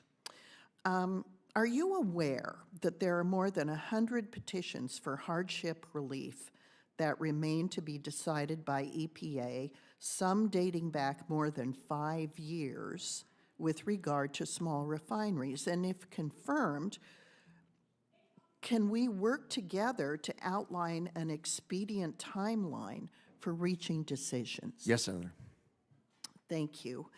I want to include a couple of other questions that I think are of significance with regard to PFAS. And I'm running between two hearings, so excuse me if I'm being repetitive. Do you plan to ensure that EPA's policies are effective while protecting passive receivers from lawsuits and consumers with unreasonably high utility bills? And let me explain here. The Biden administration's plan to designate legacy PFAS as hazardous substances under CERCLA can impose liability on entities like municipal water systems that did not produce or knowingly handle these chemicals. So these entities are called passive receivers. I know that it's true at airports. They have PFAS issues as well. And so these passive receivers are now vulnerable to lawsuits that literally could bankrupt small local governments across the nation. My concern is that, of course, we address PFAS issues, but not in a way that submits small local municipal water systems and airports to litigation. Senator, thank you for raising this issue, and I've heard it from your colleagues on this committee on both sides of the aisle during my meetings. It's something that is a big issue to you, and it will therefore be a big issue for me. And I also saw it in my home county of Suffolk County, where we had PFAS issues. The passive receiver issue is something where it could get passed down to the consumer, where they end up paying for the cleanup costs in a way that we need to be cognizant of at the EPA. Thank you, Mr. Zeldin. Thank you, Madam Chairman. I'm sorry I ran over. No, good. I am pleased to welcome one of our newer members, Senator Also Brooks, and I would welcome you and remind you that you have very large shoes to fill with Senator Cardin leaving from the great state of Maryland, and I'm sure you'll be able to do that. So welcome, and it's great to have you on committee. Thank you so much. First of all, I'd like to just say thank you so much to Chairwoman Capito and Ranking Member Whitehouse, for your leadership on this committee and for holding today's hearing. I agree with you that we miss Senator Ben Cardin, but I am excited to be able to join this committee. EPW has jurisdiction over many issues that are important to Marylanders, and I look forward to working with both of you as well as all of our colleagues on this committee to address the environmental and infrastructure challenges that we face in our states. To Mr. Zeldin, congratulations again to you and to your family on your nomination, and thank you as well for your willingness to serve and for appearing before our committee today. I appreciate it. I very much enjoyed meeting with you and having the opportunity to speak with you. And so I suspect that my questions will come as no surprise to you based on that conversation. And in the interest of time here, I'd ask that as much as possible that you would answer yes or no to the following questions. Now, while in Congress, you work to ensure that EPA's efforts to restore the Long Island Sound were successful, including advocating for federal funding. Like Long Island Sound in New York and Connecticut, the Chesapeake Bay is an economic driver in Maryland and across the Bay watershed. The Bay is the nation's largest estuary and is one of the most productive fisheries in the United States. And so I ask you whether you would agree that restoring and protecting our nation's estuaries and watersheds is a shared responsibility between the states and the federal government. Yes, Senator. Furthermore, if confirmed, will you advocate for robust federal funding for regional restoration efforts across the country, including the Chesapeake Bay and for the National Estuary Program? Yes, Senator. Ultimately, it'll be up to Congress to decide on funding levels, and it'll be my obligation to make sure that money is spent to Congress's intent. Thank you. Now, the EPA has said that no amount of lead in drinking water is safe. And lead in drinking water is particularly dangerous for children. The bipartisan infrastructure law, which you oppose as a member of Congress, made historic down payments on lead pipe replacement to ensure that communities across America have access to safe drinking water from lead contamination. If confirmed, will you build on the success of the bipartisan infrastructure law and support additional funding for lead pipe replacement? Senator, yes to the same answer as my last question. Ultimately, it's going to be up to Congress to decide what the policy is, what the law is, what the funding level is. My commitment and my obligation will be to make sure that funding is spent to Congress's intent as laid out in those appropriations. But you recognize that lead in water is a problem, particularly for children. Yes, Senator. And would you be able to commit to not cutting funding that would aid in replacement of these lead pipes? Senator, if confirmed as administrator of the EPA, won't be cutting any funding. That's a decision as far as funding levels for Congress to set. Whatever funding level Congress decides upon is going to be the letter that is going to be the number that I am committed to fulfill my obligation of being a good steward of the tax dollars and spend to Congress's intent. Okay. Now, the unofficial Department of Government Efficiency, led by Elon Musk, has proposed laying off 75% of government workers. Across the federal government, their plan would result in more than 1.7 million civilian employees being laid off, including almost 500,000 veterans.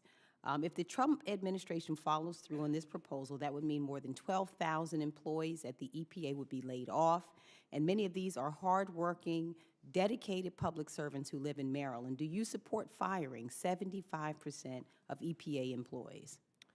Senator, offhand, I'm not even aware of a single person being fired during the first Trump administration at the EPA. That's not the same for other agencies. And by the way, there might have been someone. I'm just, haven't been told about it. I want to make sure that my job as EPA administrator is to increase productivity, is to make sure that we are efficient and accountable and transparent, that we are to you, not just myself as administrator, but our entire team, for us to be in the office, collaborative and productive. All right, in a similar vein, I'd ask you about another issue, and that is moving EPA headquarters outside of Washington, D.C., and wonder whether or not you agree with that effort and the effort of moving them out of Washington, D.C., or whether you would oppose it. Senator, no one has expressed to me in any setting since I was announced as nominee or before that of any plans with regards to moving the EPA headquarters out of D.C. I have not been involved in any conversation. I'm not aware of any conversation. That's the time I have. Thank you so much. Senator Graham. Thank you. Congratulations. Thank you. you, Really good choice. You're a lieutenant colonel in the Army Reserves, is that correct? Yes, Senator. What do you do? I'm currently an international law officer for a civil affairs command based in Fort Wadsworth, New York. So you're a JAG officer? Yes, Senator. So if Pete Hexba gives you a hard time, call me. Right, yes, Senator. You got it. So, so Senator Whitehouse and myself have been working on climate issues for a long time, and I saw that you were chairman or a member of the Bipartisan Climate Solutions Caucus, is that correct? Yes, Senator. Why'd you do that? I represented a district where I was hearing from constituents on both sides of the aisle of how important it is that I was doing everything to fulfill their priorities, their policy pursuits. It matters they to your wanted me to join it. constituents. Your constituents concerned about the environment. Very much so, Senator. Okay, well, and I think they're right to be. In terms of fires, and you know, God bless the people of California. We want to help them as much as we can, quick as we can. Helena came through South Carolina and North Carolina. It's just very tough. Let's help people. Is it okay to try to look at lessons learned when you look at disasters? What can we do better next time?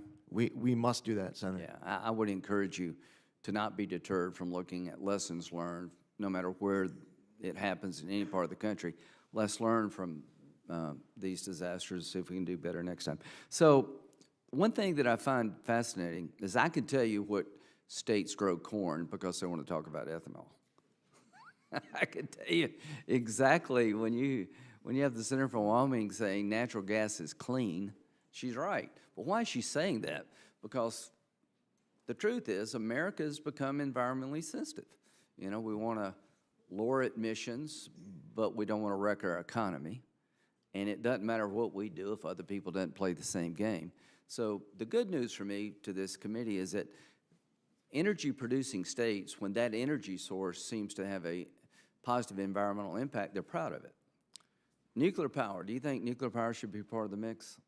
Yes, Senator. Yeah, me too. I think small modular reactors need to be looked at again. We had disasters building big nuclear power plants, but they're non-emitting sources of fuel. Like every other fuel source, they have their problems and downside, but I'm glad, I think my state has the most power from the nuclear industry per capita than any state in the nation, and I'm a big fan of trying to expand our nuclear power footprint. Look forward to working with you. Now, no matter what we do here, I think a lot of us feel like we've gone too far. EPA's ignored the law. They kind of have a political agenda rather than a congressional agenda, or they violate Supreme Court holdings. We'll have that debate among ourselves.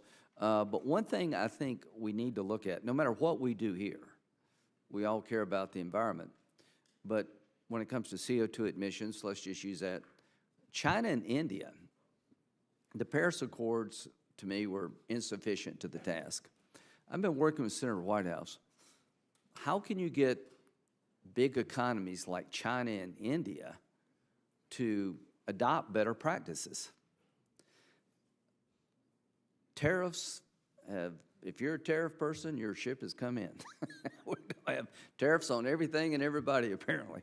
But one of the things that Senator Whitehouse and I have been talking about is a carbon pollution fee, tariff, call it whatever you want, that if you're in China and you're making steel and you have the worst business practices, you're in India, you have really basically no environmental practices at all. Europe and the United States, we're trying to have responsible manufacturing and energy extraction, trying to be environmentally sensitive, realize we've got to run an economy. What should we do about China and India? Do you like the idea, or at least you open-minded to the idea, that people who basically use unsound science, reckless environmental policy, maybe it's time for them to pay a fee? Well, Senator, and thank you for your service as well. As you remember learning about the DIME principle as an officer in the military, we have multiple instruments of national power.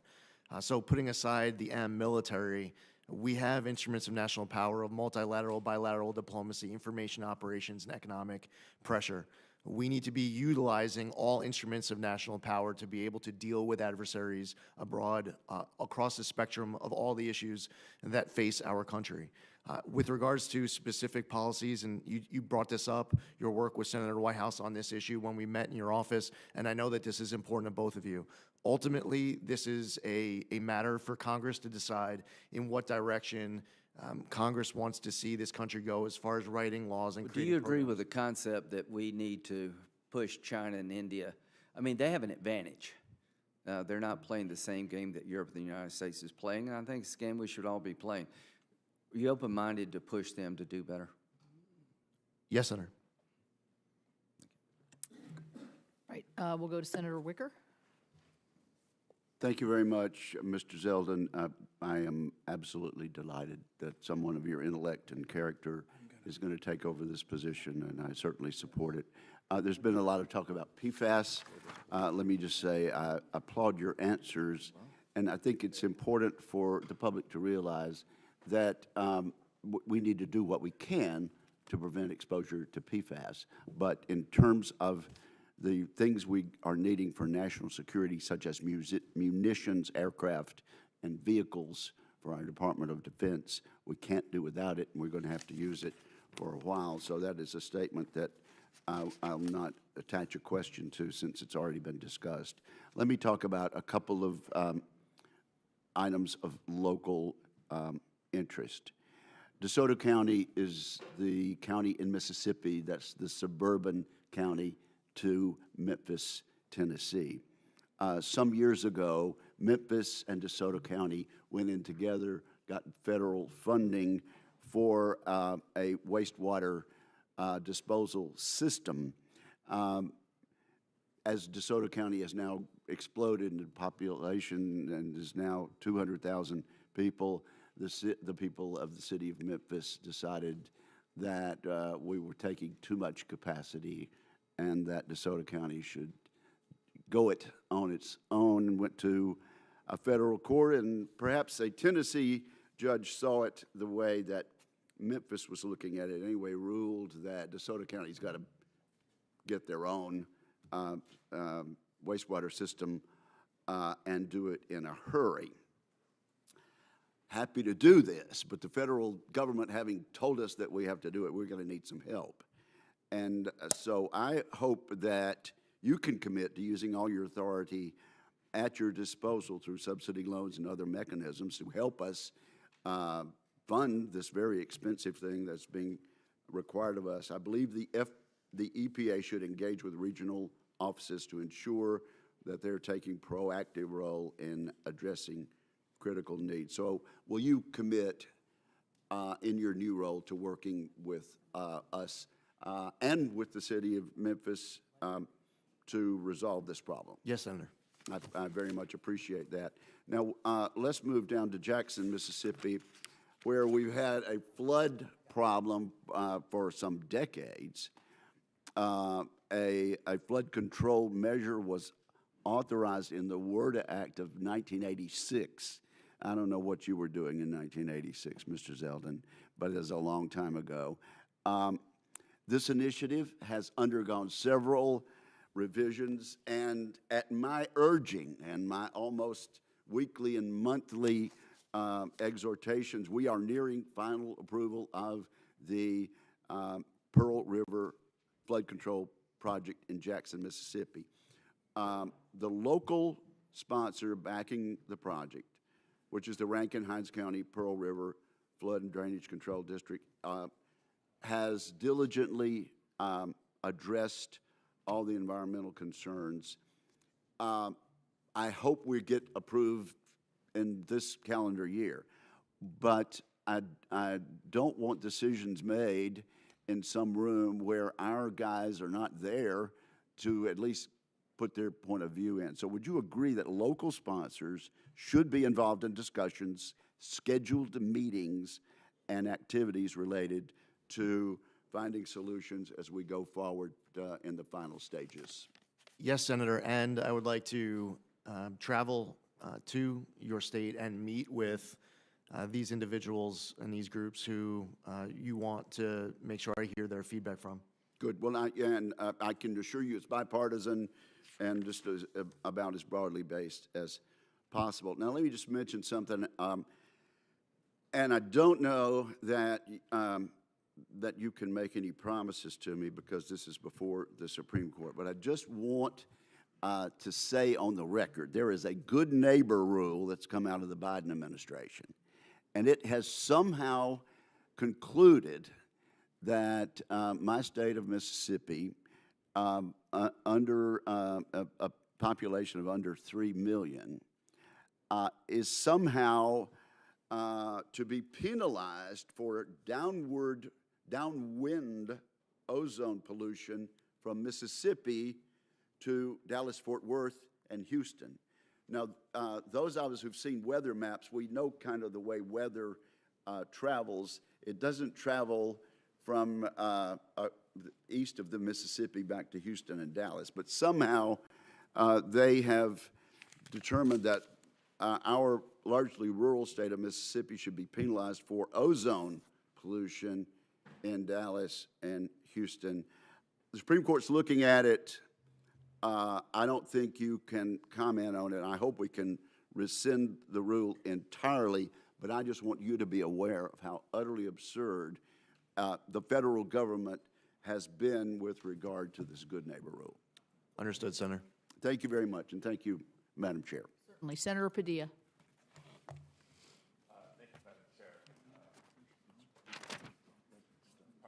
I think you need your microphone, sir. Thank you, Madam Chair, and want to, first of all, congratulate you on the nomination, congratulate your family that's here to support you, and acknowledge what I understand is a very positive exchange you had with my colleague from California, Senator Schiff, in regards to the current wildfires and EPA's role, partnership, response, and our ongoing need to maintain that. So I, too, look forward to welcoming you out to visit the impacted areas.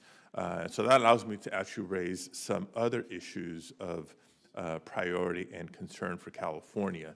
You know, I appreciate your comment when we had a chance to meet in my office about your respect for the rule of law. I think that should be important for all of us, right? And the directives that you respect that Congress has given to the EPA is in that category. In the Clean Air Act, Congress has specifically exempted California from federal preemption of air emissions standards. The law is quite clear that EPA must grant waivers of federal preemption absent certain disqualifying conditions, and very clearly does not provide any authority to revoke any waivers that have already been granted. So that's current law. Now, you said you follow the laws that Congress has enacted, so we therefore commit to following the law when it comes to California's Clean Air Act waivers that have been granted. Senator, I can commit to every member of this dais on any question and every issue that gets brought forward that I will always follow my obligations under the law. And while there are processes in the future on different topics where I can commit to following the Administrative Procedures Act, I will tell you that I will not prejudge any outcomes of any future processes, again, on any issue that any member could bring up here. But Senator, I would reiterate to you today that it is my obligation as EPA Administrator, if confirmed, to follow the law. Thank you. And another topic we covered in our meeting is one of clean air attainment and the challenges with the federal role and responsibility, state, local role. Half the people in America who live in a non-attainment area live in California, particularly in the Central Valley and the South Coast Air Quality Management District footprint. We have to work together to reduce the sources of toxic emissions. Based on these jurisdictions, it's been challenging. California state and local officials have done pretty much everything they can to tackle this, yet we still have challenges when it comes to ensuring that every Californian, every American living in California can breathe clean air. So I want to be clear. We need the federal government to do its part by working a little bit more aggressively, assertively, smartly, and strategically to help reduce these emissions. Help us reach attainment, not by lowering the bar, but by doing the work in areas that the locals have not been granted the jurisdiction to do so. So can I count on your commitment to use regulatory authority to do just that? Yes, Senator. Okay, wonderful. And just a side note, as we will continue to work together, ensuring that jurisdictions like Southern California are not punished for non-attainment if it's resulting from the recent wildfires and the smoke and other emissions that have resulted from this disaster or disasters like it. Yes, Senator, I've heard this concern from other colleagues of yours as well. We're just talking to Senator Kelly about it, as I cited the Yuma example, and he was asking about Maricopa County. It is important that we have common sense, pragmatic policies that are being pursued to address issues just like your concern. Yeah, to your point, and I'm glad Senator Kelly brought it up, these concerns about fires and their impact, not just the short-term devastation, but the longer term when it comes to public health, when it comes to air quality, is not unique to California. I mean, California is in the news right now, but throughout the West and beyond because of our changing climate and weather patterns. You know, another important topic that we discussed in my office is not just water supply, water quality, but water affordability. Millions of Americans are struggling to keep up with their growing water bills. which have increased nearly 3 times the rate of inflation. According to the EPA, water utilities it will cost water utilities more than $1.2 trillion over the next 20 years to modernize their drinking water and wastewater infrastructure and maintain it. Water utilities, unique to other utilities, rely heavily on ratepayers to cover their costs. The federal government's share of maintaining this infrastructure has come down significantly over the years. So ratepayers are acutely feeling this pressure, and as a result, 1 in 5 households have outstanding and growing water debt. The national water affordability crisis affects both urban and rural communities. So it's not a rural versus urban, blue state versus red state. It is across the board.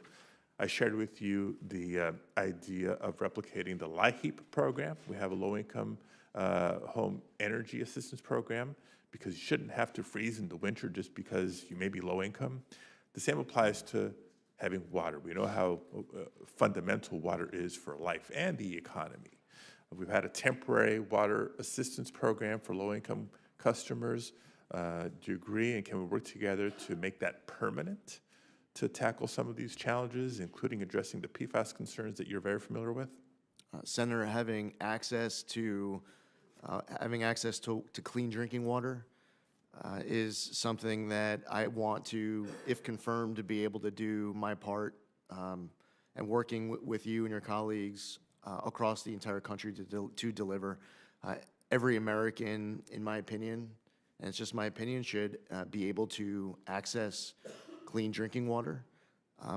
I will follow all my obligations under the law, and to the fullest extent of the law, I would like to assist in those efforts for you to fight for your constituents, and every senator here to fight for their constituents in this respect. So the temporary program was hugely successful, helping families in, again, red states and blue states alike. Look forward to working with you to make that program permanent. Yes, sir. Thank you, Senator Moran. Chairwoman, thank you, and thank you, Ranking Member, Mr. Vice Chairman. I'm pleased to be back and sitting here at the dais at the EPA committee. Thank you very much for your testimony. Thank you for the conversation we've had in my office. Thank you for your willingness to serve. Let me highlight a couple of things that we may not have talked about when we did visit. I want to describe the Kansas oil and gas industry to you. We are an oil and gas producing state, but our production is done by really small independent companies that produce from what we call stripper wells, which means they produce less than 15 barrels of oil a day. It's a significant component of the Kansas economy and significantly important. And in my view, this small-sized, small businessman and woman who operate oil and gas leases and explore for additional production of oil and gas, the EPA has written one-size-fits-all solutions. We are not the majors, and we are stripper well producers. And I just want your commitment to work with the industry, these small producers, to find right-sized regulations for the circumstances that they're in. Senator, I would welcome an opportunity to travel to your state to meet with them, whether it's at your office or elsewhere. I want to know about all of your priorities, including this one, but also to make sure that anyone who could provide any type of insight that can make me better informed to make better decisions, that I welcome any of those opportunities for conversations and collaboration. I think that's a wonderful offer on your part, and I'm very grateful for it. I sometimes am reluctant to ask every nominee that comes before me, would you please come visit Kansas? And you volunteered. So I'm appreciative of that. And I would tell you, I can't imagine the excitement, the opportunity that people in that industry would see to have the capability of talking to somebody with you, like you directly in a state like Kansas. So thank you, and we'll get on your schedule, although you have to say once confirmed. So I look forward to that.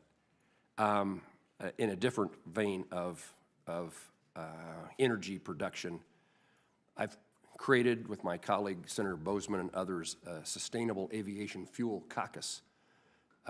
Kansas and Wichita in particular is the air capital of the world. We produce many more general aviation aircraft than anybody.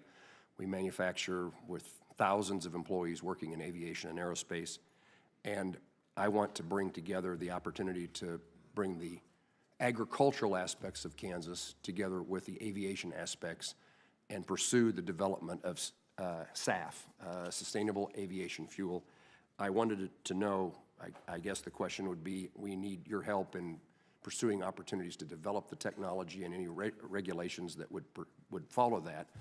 And I suppose if you're coming to Kansas, we ought to introduce you to the people who are in the process of developing a new industry as the airline industry shifts itself from fossil fuels to, let me say that differently, from the fuels it uses today to sustainable aviation fuel produced by agricultural byproducts.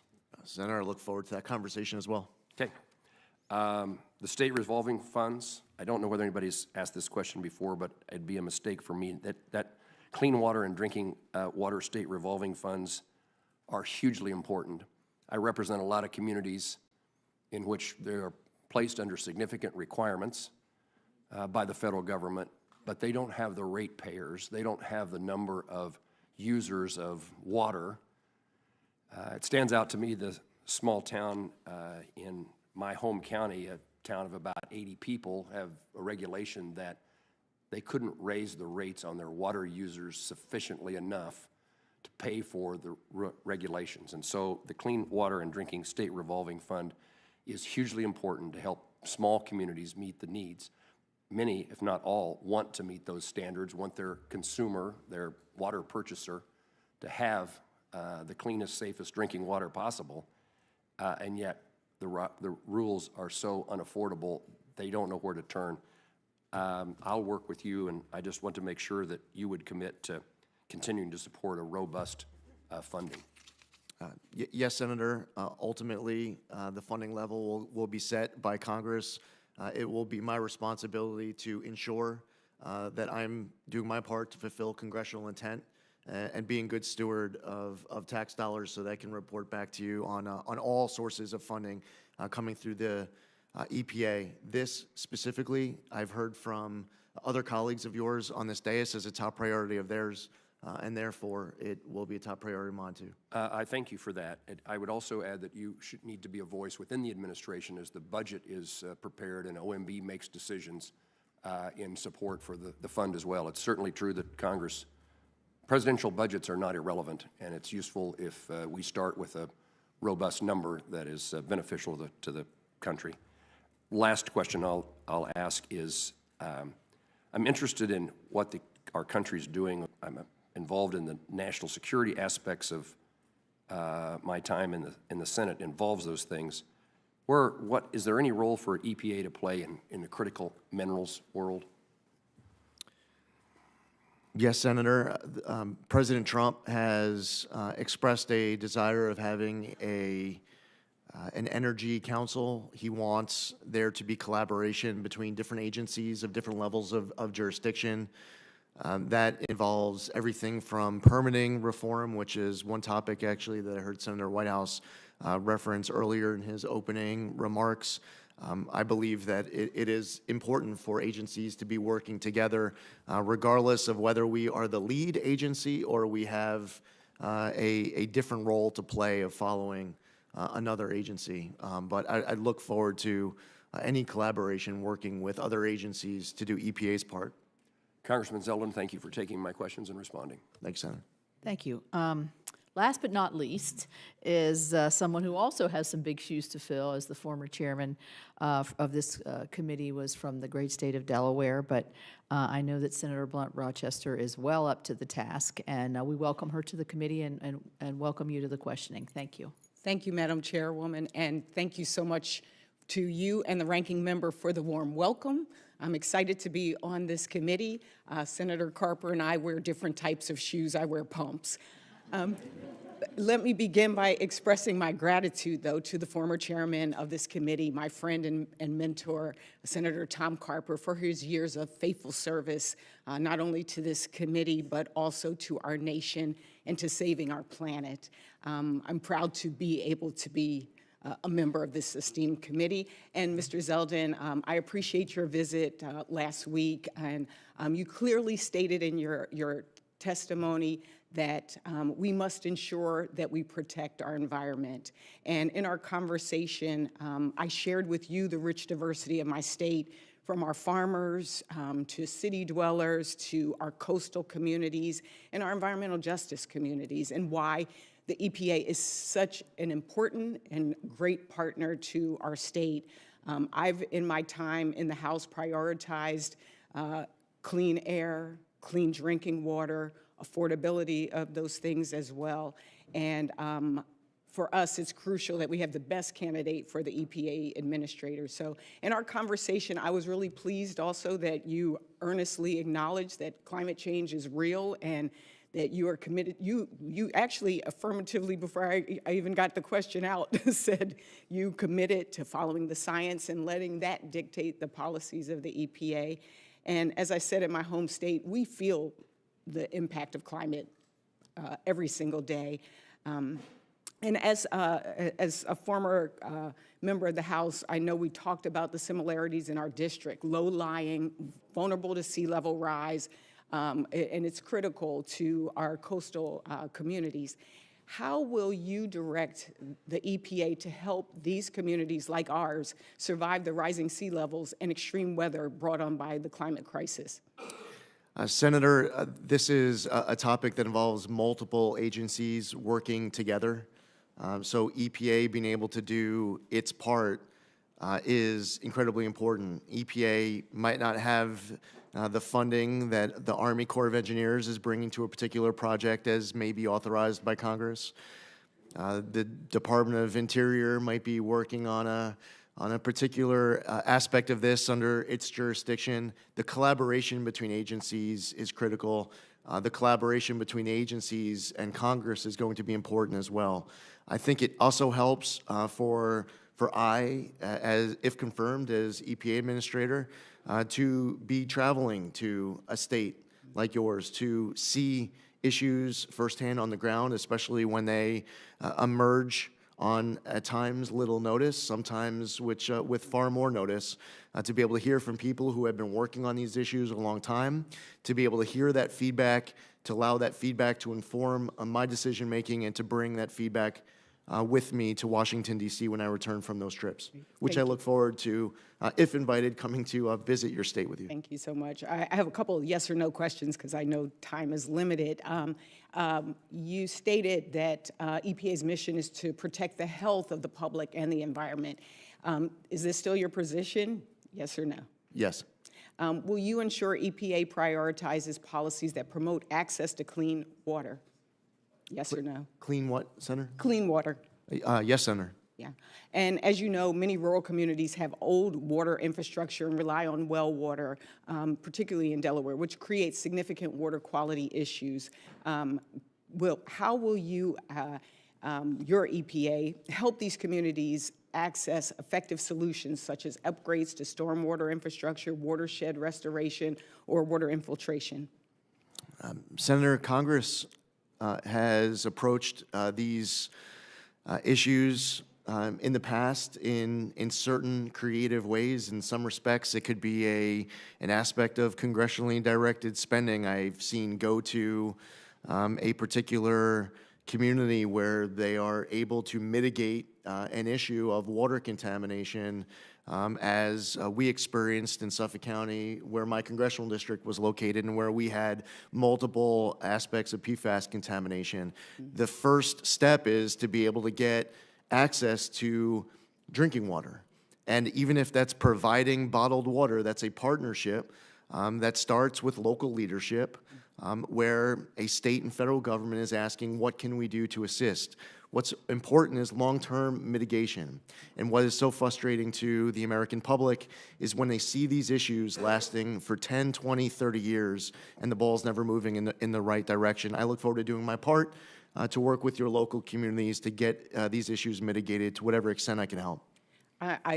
You actually brought up for me something that was personal. We have communities that did not have access to clean drinking water in our state. And so it was important for us to work on that revolving state water fund, getting that water to those communities, but also the water affordability. And Senator Padilla mentioned the work on the LIHEAP for low-income for water programs. I led that charge in the House side and would love to continue working, again, to make this a permanent program for those families. I will yield back, and hopefully we have a second round of questions so that I can ask about soot particulate matter. Thank you, and I yield back. Thank you. And this does end the first round. I would say we had full participation in the committee, which we're going to expect at every meeting, right? And I am very pleased with that. I also, in the interest of not wanting to hurt a new member of my committee, neglected to welcome Senator Moran as a new member of this committee. So, well, a returning, well, that's why I didn't say anything, because you're returning. In any event, I didn't want to chance those hurt feelings, since mine have been hurt all day by denigrating my mountains, but we won't get into that any longer. So we're going to go to second round, and we'll do it in the same order as the folks that were here.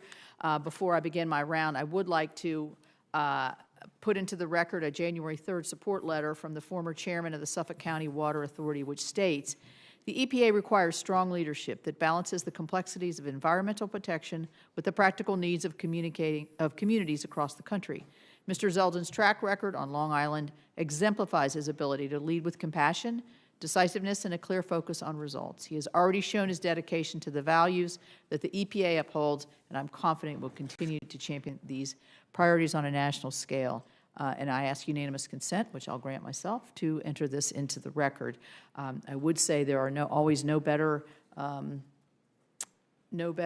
advocates than our local advocates who actually work with us all the time, and obviously you have a very strong constituency there. I'm going to ask quickly just a couple questions. Class 6 wells, which are used to inject carbon dioxide into deep rock formations, advancing carbon capture and storage technologies, obviously very important to my state. We provided EPA funding through the IIJA to have the EPA grant state primacy for Class 6 wells, since they constitute a different aspect of permitting. And to date, only 3 of these states have been granted Class 6 primacy. And the EPA has 150 permit applications pending for approval. We have 3 Class 6 well projects under review, and the proposed final action granting West Virginia our state primacy was published in the Federal Register on November the 25th.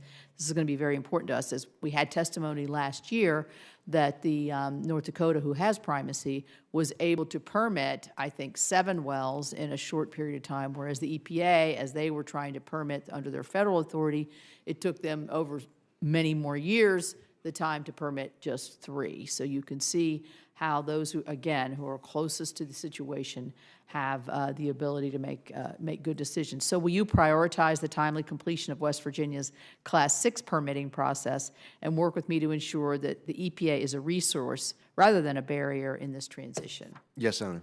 Thank you.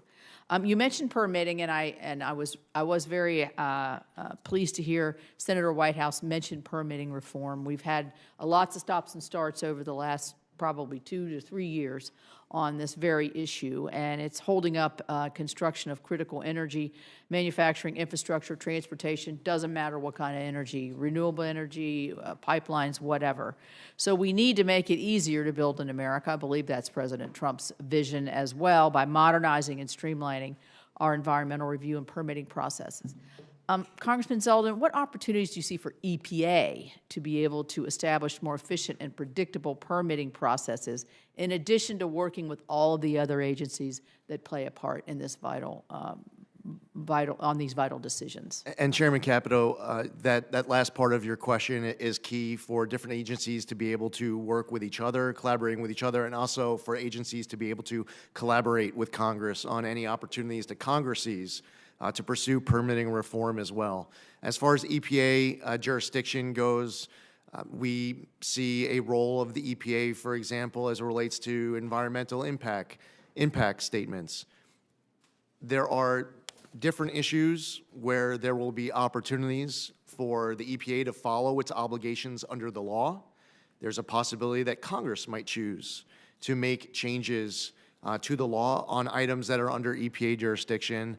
I would look forward to doing my part to make sure that the EPA is not holding up any opportunities to be able to pursue sound applications that otherwise would be and should be approved.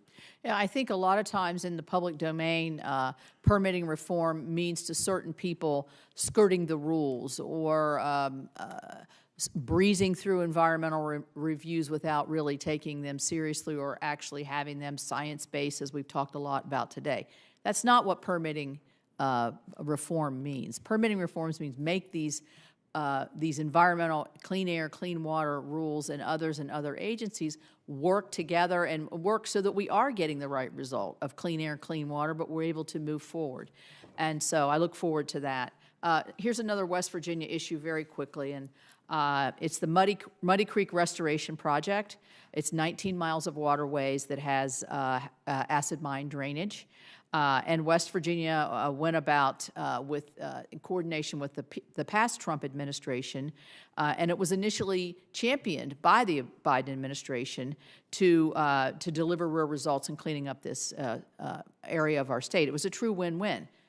The Biden administration, for some reason, which we can't figure out, flip-flopped on this, and they just started putting more burdensome, costly, and a much slower cleanup process. So you're still having your acid mine drainage while we're getting hung up here. It threatens projects like Muddy Creek and discourages other communities from pursuing similar efforts to achieve real environmental remediation and benefits. Will you commit to me, working with me in the state, to try to reverse these counterproductive changes and cut the red tape and restore this for more cost-effective but also better environmental results? Yes, Chairman Capito, I know how much of a priority this is. You've been outspoken on this issue. It's my commitment to work with you as soon as, if confirmed, as soon as I'm in that position, I'd welcome that opportunity. Thank you. Senator Whitehouse. Thank you again, Chairman. Mr. Zeldin, I have something of a life experience PhD in fossil fuel pressure politics, and they'll be coming after you hard, and they'll be feeling very entitled based on their political spending toward a Trump victory. I have two questions when you're faced with that. The first is that prominent voices in Trump world have been saying that it is important to traumatize EPA's workforce to drive them out. They've been saying that it's important to cut EPA's workforce by 2/3 or more, not just Washington, but the field, the entire organization. And they've been saying that it's important to destroy the professional civil service protections of EPA's workforce. How do you respond to those three threats?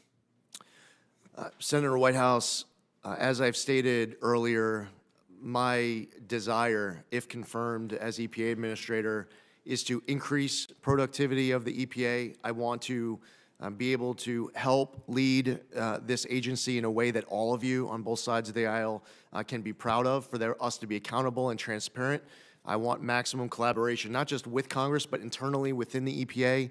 I've been hugely impressed with the level of talent stepping up to serve at EPA, and that is the pressure that I am feeling at this moment, is to bring out the best of EPA to make sure that we are fulfilling our mission of protecting public health and the environment. You will not support executing on those three threats? My commitment to you is exactly as I had stated, Senator Whitehouse, and I am not coming into this position with any threat. My position as I sit here is a promise, it is an obligation, and it is a commitment to do my part, to do the best job possible in leading the EPA to fulfill its mission in a way that follows its obligation under the law and is one that this committee can be proud of. The second question that I have is that while you've made a lot of good and sound statements here today, it's one thing to say things in this environment, and it's another thing to stand by those guns when the pressure comes at you. And if you look at your past, if you look at your influence and advocacy work with American First Policy Institute and America First Works. The big donors have been pharma, the massive corporate lobby, Goldman Sachs, a Morgan Stanley fund, and a billionaire fracking CEO. We don't know who the rest of the donors are because AFPI keeps much of their donor list secret, but we do know of those. Your fellow board members at America First Works include the billionaire CEO fracker, the former CEO of the Texas Public Policy Foundation, which I view as a very significant player in the fossil fuel-funded climate denial armada. The successor to that Texas Public Policy Foundation CEO, and a third individual called the Chief of Intelligence and Research at that same, in my view, climate denial front group. In your political work, you've taken nearly $300,000 from the oil and gas industry back to 2007. You've had large campaign support from Koch Incorporated, which gave a total of about $60,000 when you count up all the contributions to PACs and campaign funds. David Koch himself maxed out to you, and Koch PAC gave $20,000 to your Lee PAC. In the wake of being so surrounded with so much corporate and fossil fuel influence, I want to give you two opportunities. One is to answer to me now, how is it that you will be able to separate yourself from the influence of these people and these interests when they come demanding things that they think they've earned politically? And I'll also turn that into a QFR so that you can, with a little bit more basis for reflection, make a more complete answer. So with that, over to you for your response, sir. Senator, I don't need any extra time for reflection on that one. There is no person who has ever provided any level of support to me or anyone else who has any special influence with me. When I was in the Army, I wore around my dog tags the 7 Army values. The acronym is leadership: loyalty, duty, respect, selfless service, honor, integrity, and personal courage. It is important for me to have always been able to approach this position with a clear conscience to make decisions that I can live with for my entire life. There is no dollar, large or small, that can influence the decisions that I make, who has access to me, and how I am ruling in my obligations under the law.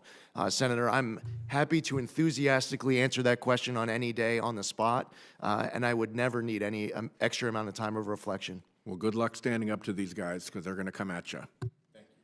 Thank you. I understand that a 5-minute break would be in our best interest. Would you like to do that now, or you want to keep going? Yeah, I'll take 5, I guess. Thank you, Senator. Okay. Thank you, Chairman. We'll come back in 5 minutes.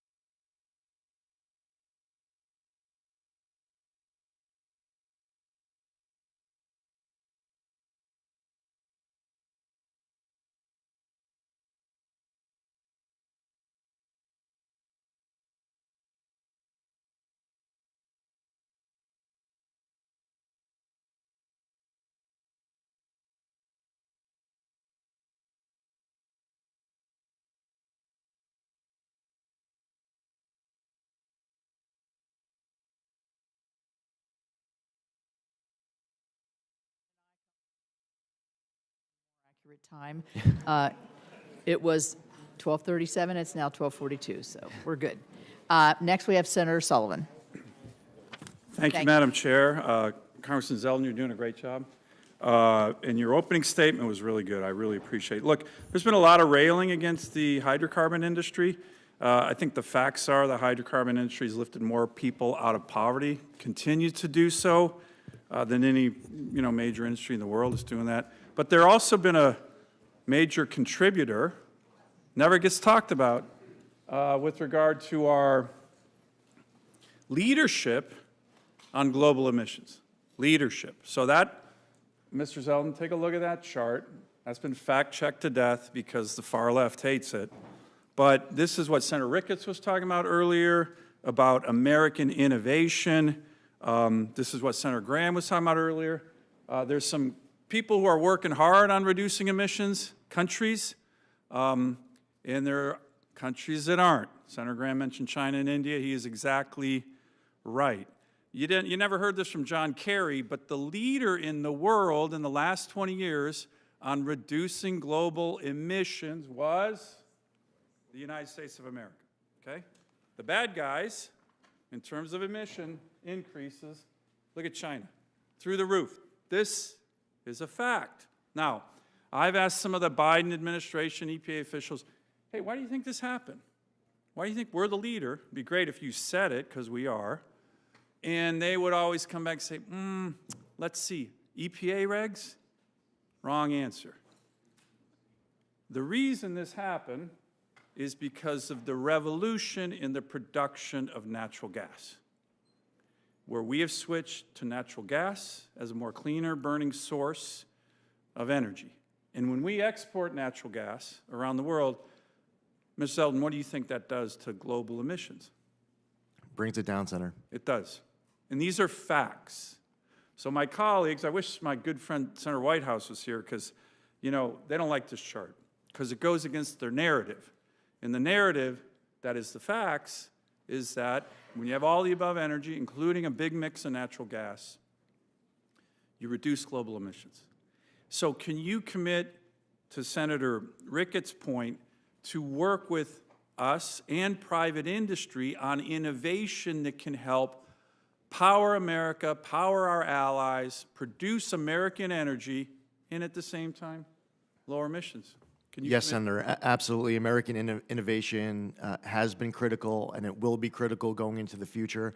That's something that President Trump has often spoke of. Yep. And I believe it's also one of the reasons why we saw so much support for him in this last November's election. In Alaska, we are working, and I've talked to President Trump about just recently, we have a very large-scale LNG project that would increase, would reduce our trade deficit by billions by exporting clean-burning Alaska natural gas to our Asian allies, get clean-burning Alaska gas to Americans, and would produce thousands of American jobs. Can I get your commitment to help us work on that large-scale LNG project, which will help continue these global emission reductions? Senator, I'd welcome the opportunity, if confirmed, to be able to work with you on this and other issues. Great. I have another map I want to show you. Real quick, you and I talked about this issue of leaded aviation fuel. This is a huge issue to my constituents, what we call avgas. We got it, an extension for Alaska and the FAA, given our pilot safety issues, our aviation safety issues. There was this congressman, I forget his name, from New Jersey. He tried to limit this. My view, he should be more focused on cleaning up New Jersey than worrying about aviation safety in Alaska. Can I get your commitment to work with me on this avgas issue as we discussed in my office? Senator, as I gave you my commitment then, reiterate it here today for all your constituents to hear. We had a very long, substantive conversation on a lot of topics that you're fighting for Alaska, and I welcome the opportunity to be able to work with you on all of that. Great, thank you. Let me give you one final map and one final question. It's a little complicated. This is the American Medical Association study on life expectancy changes in America, okay? This was from 1980 to 2014. Purple and dark blue, that's where life expectancy changes happen the most, okay? Up to 13 years. Unfortunately, you see yellow, red, Certain places, there was a life expectancy decrease. That's mostly the opioid epidemic. My state led this. It led it because Alaska Natives, which is where most of these communities are, over about 20% of my population, started at a real low level. Real low, lowest life expectancy. Then what happened on the North Slope, what happened out in the Aleutian Island chain, what happened in the Northwest Arctic, Burrow, resource development happened. Oil and gas happened. Open up fisheries happened. Resource development happened. And people's lives increase on average by up to 13 years. So here's my quick issue. This is a matter of life and death in my state. And the indigenous people in particular, who I care deeply about, have benefited tremendously from resource development. President Biden comes in with his Secretary of Interior. She doesn't listen to Native people. They issued 68 executive orders to shut down resource development in my state, which is going to hurt people, hurt their life expectancy. So when we talk about all this stuff about, oh, we're against resource development, oil and gas, from my state, from my constituents, this is a matter of life and death, and it's brought gymnasiums and health clinics and water and sewer. So can I get your commitment to work with me on these issues on resource development that benefit the Native people tremendously of my state? The Biden administration is talking about, oh, environmental justice. This is environmental injustice when they shut down Alaska Native communities' opportunity to develop their resources. And, you know, their focus on minority communities, I think that's great, but they've had a big asterisk during 4 years of Biden and Secretary Haaland, not for Alaska Natives. And it's an outrage. This helps my communities, and can I get your commitment to work with the Alaska Native communities, indigenous communities of my state on this issue, on the other issue you talk about, contaminated lands, water and sewer. We have communities that don't have clean water and flush toilets. I really want your help on this. We didn't get the help from the Biden administration. They talked the big game, communities of color. They didn't care about the Alaska Native communities, and I need your help on this. Understood, Senator. You have my commitment to work with you on this. Thank you. Thank you, Madam Chair. Thank you, Senator Kelly. Thank you, Madam Chair. Mr. Zeldin, I want to discuss another issue with you that's affected the western United States significantly, especially Arizona on the Navajo Nation, and that's the issue of abandoned uranium mines. We have about 500 of them. The nation's been working to clean up these mines for decades now, but the bureaucratic process of the Superfund law has meant that very little progress has been made on this, and it contaminates water, and just the radiation itself causes cancer. One step which was taken during the last Trump administration was to establish a regional office called the Office of Mountains, Deserts, and Plains, which would focus on cutting through the bureaucracy and accelerating the cleanup of mines in the West. Senator Lummis and I introduced legislation last Congress, which passed this committee unanimously, called the Legacy Mine Cleanup Act, which would authorize the creation of the office and accelerate mine cleanup across the western United States. So will you commit to having your team review the legislation quickly so we can then incorporate EPA's feedback before we introduce the bill this year? Yes, Senator. And will you commit to ensuring the issue of abandoned uranium mines remains a priority for the EPA? Yes, Senator. Well, thank you for that. And then one final thing I want to discuss with you is, and I know you've spoken about this during the hearing already today. I was not in the room, but my understanding is you talked about PFAS. And as we discussed in my office last week, groundwater is the backup source of drinking water for both Phoenix and Tucson. And it's in an aquifer mostly under the city of Tucson, where Gabby and I live. And this has become more critical, this backup water supply, as the drought conditions in the West has worsened. But especially the groundwater under Tucson in those aquifers have been contaminated with growing PFAS plumes And the city had to shut down nearly 30 groundwater wells because the water exceeded EPA's drinking water limits. And to date, the city has spent more than $71 million on remediation costs and are in negotiations with EPA Region 9, with the Air Force, with the state, with Tucson Airport, and other private parties to resolve this. And throughout this process and spanning across presidential administrations, EPA Region 9 has been a consistent partner in addressing these challenging issues. So, Mr. Zeldin, if confirmed, will you commit to working with my team and the city of Tucson to address the Tucson PFAS contamination? Yes, Senator. So thank you, Mr. Zeldin. Thank you for spending the time. I know this has been a long process and a long hearing. It's great seeing your family here, and look forward to having the opportunity in the committee and eventually on the floor for the vote. Thank you. Thank you, Senator. Thank you. Senator Ricketts. Thank you, Chairman Capito, for having this second round of questions. I appreciate it. And Congressman Zeldin, presuming that you get confirmed to be the EPA administrator, you're going to have to work to reestablish the credibility, reestablish the trust for the EPA, and that's going to involve a process of transparency and good faith action on the EPA's part. Part of what I expect you to bring back is accountability. President Biden's EPA had a $41.5 billion with a B program to carry out EV mandates and environmental justice. How many additional dollars went to the Inspector General's office to conduct oversight over those IRA funds that went out? Zero, none. Yeah, that's a problem when you're spending that kind of dollars.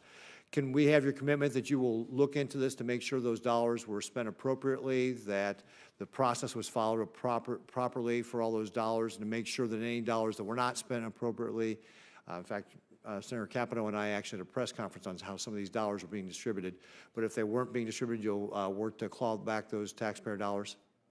Yes, Senator. Great, thank you. We talked a little bit earlier also about the EV mandate. Part of what this IRA dollars we're supposed to be pushing is this EV mandate. Of the 147 communities in my state that are classified as cities, 99 of them don't have a single EV charger. If you're living in communities like Bloomfield, Alliance, Valentine, you're 45 minutes from the nearest charging station. And in my state, EV adoption is like 2%, when nationally it's about 7%. And of course, the current mandate that the EPA is pursuing with their emission standards was to have 2/3 of all new vehicles being sold as EVs in the year 2032. That's just clearly not realistic. And again, as we discussed, we should allow American innovation to be able to help us reduce the impact on the environment, not have the administration pick one solution that they want to push. Do you commit to rolling back these out-of-touch mandates that are costly to Americans and dangerous to our energy grid, increase our reliance on our adversaries like the People's Republic of China?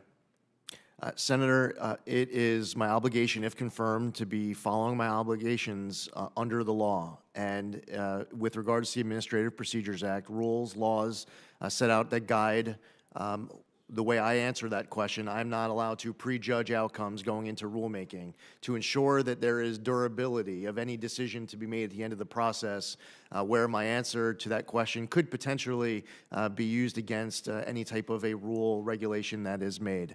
I will tell you that I have heard concerns from you and many others in this chamber of how important it is to look at rules that are currently on the books. I don't sit before you with any type of announcement I'm able to make of any rules that are going to change upon confirmation. I will tell you that I will not prejudge outcomes. However, it is my commitment to follow my obligations under the laws set by Congress, to look at laws, decisions that have been made by the United States Supreme Court, and to make sure that we are pursuing common sense, pragmatic solutions that make sense to you, that you can defend when going back to the constituents that you fight so hard for from your home state.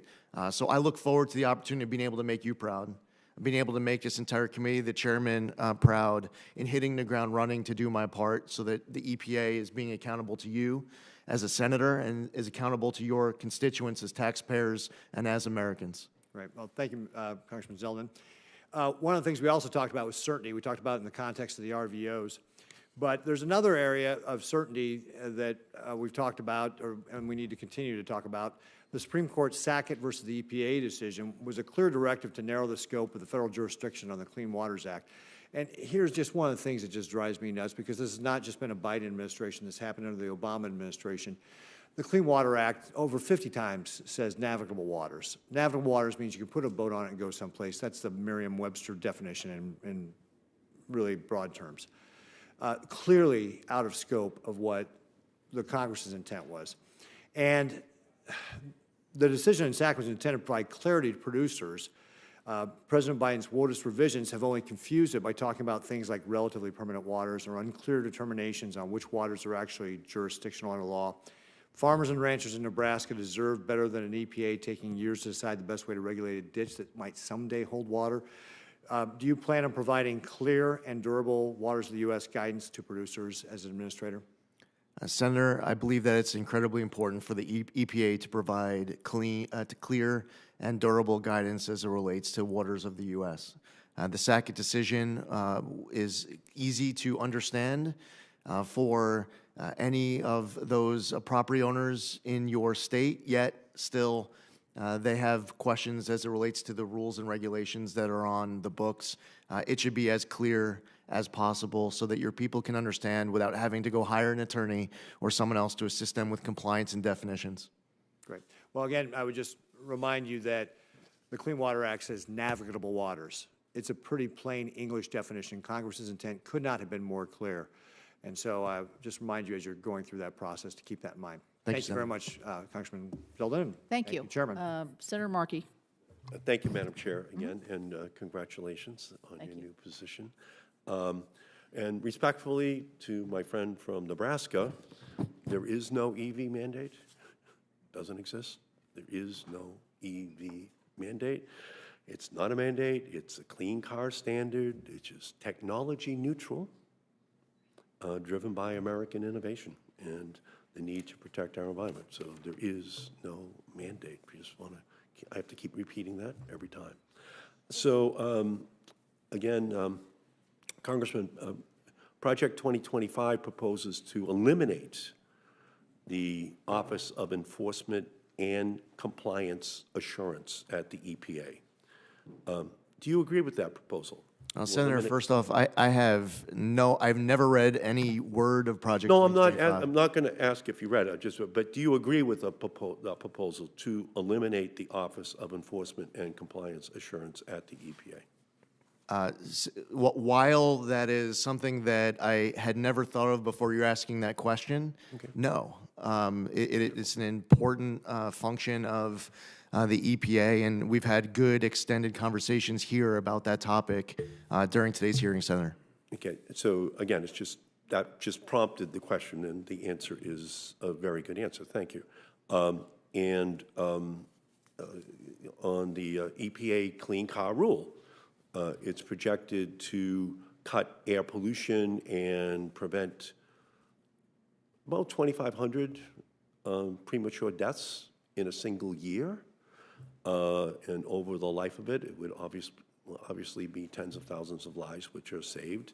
And it would save drivers $46 billion in fuel costs, 15 billion barrels of oil that would not have to be used, and $6,000 over the life of the new vehicle.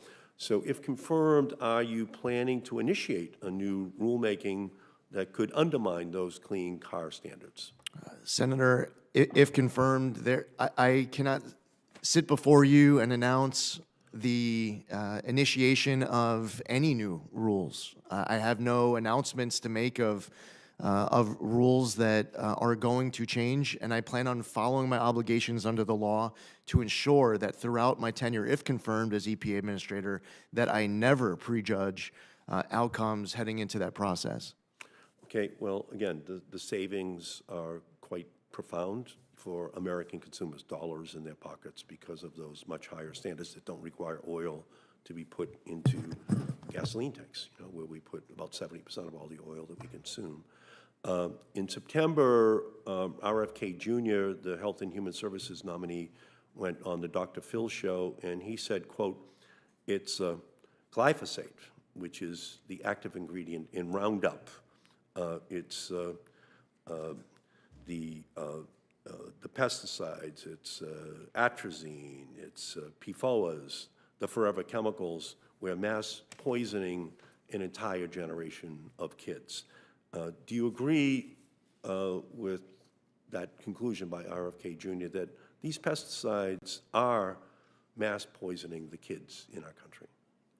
Senator, I would welcome an opportunity to be able to read through all of the science and research that is being cited to support that conclusion, to be able to answer that question, following the review of that material. That's a review that I would need to I would need to engage in. Yeah, it's obviously a very serious question, and it's one that hopefully would have the EPA working with HHS on a resolution of that issue. And in the 2.5 years since its passage, the Inflation Reduction Act has spurred the creation of 400,000 jobs and $420 billion in investment. 193 million of direct federal spending actually has gone to your former congressional district since 2022. So regardless of your stance on the bill back then, it did become law, and more than $68 billion has already been appropriated by the EPA from the IRA and the bipartisan infrastructure law. So are you going to ensure that EPA's ongoing implementation of grants, which have already been fairly awarded under existing laws like the IRA and the bipartisan infrastructure law, that they're not impeded or held up for political reasons? Senator, my commitment is to follow the law as it relates to so much of what's getting discussed during this hearing. That is the obligation that motivates me. I have to be prepared to sit before this committee and be able to answer questions as it relates to funds that have gone out the door, not just currently, but also in the future. It's important for me to get my hands, my head all wrapped around everything that's been going out the door. Senator, I was concerned when there was a video a few weeks ago of a political appointee at the EPA who was talking about how they were tossing gold bars off the Titanic to distribute billions of dollars before Inauguration Day on Monday. I don't know at all what grants were being referenced with that repeated comment. It was also referenced in that answer to you and to answer to every member of this.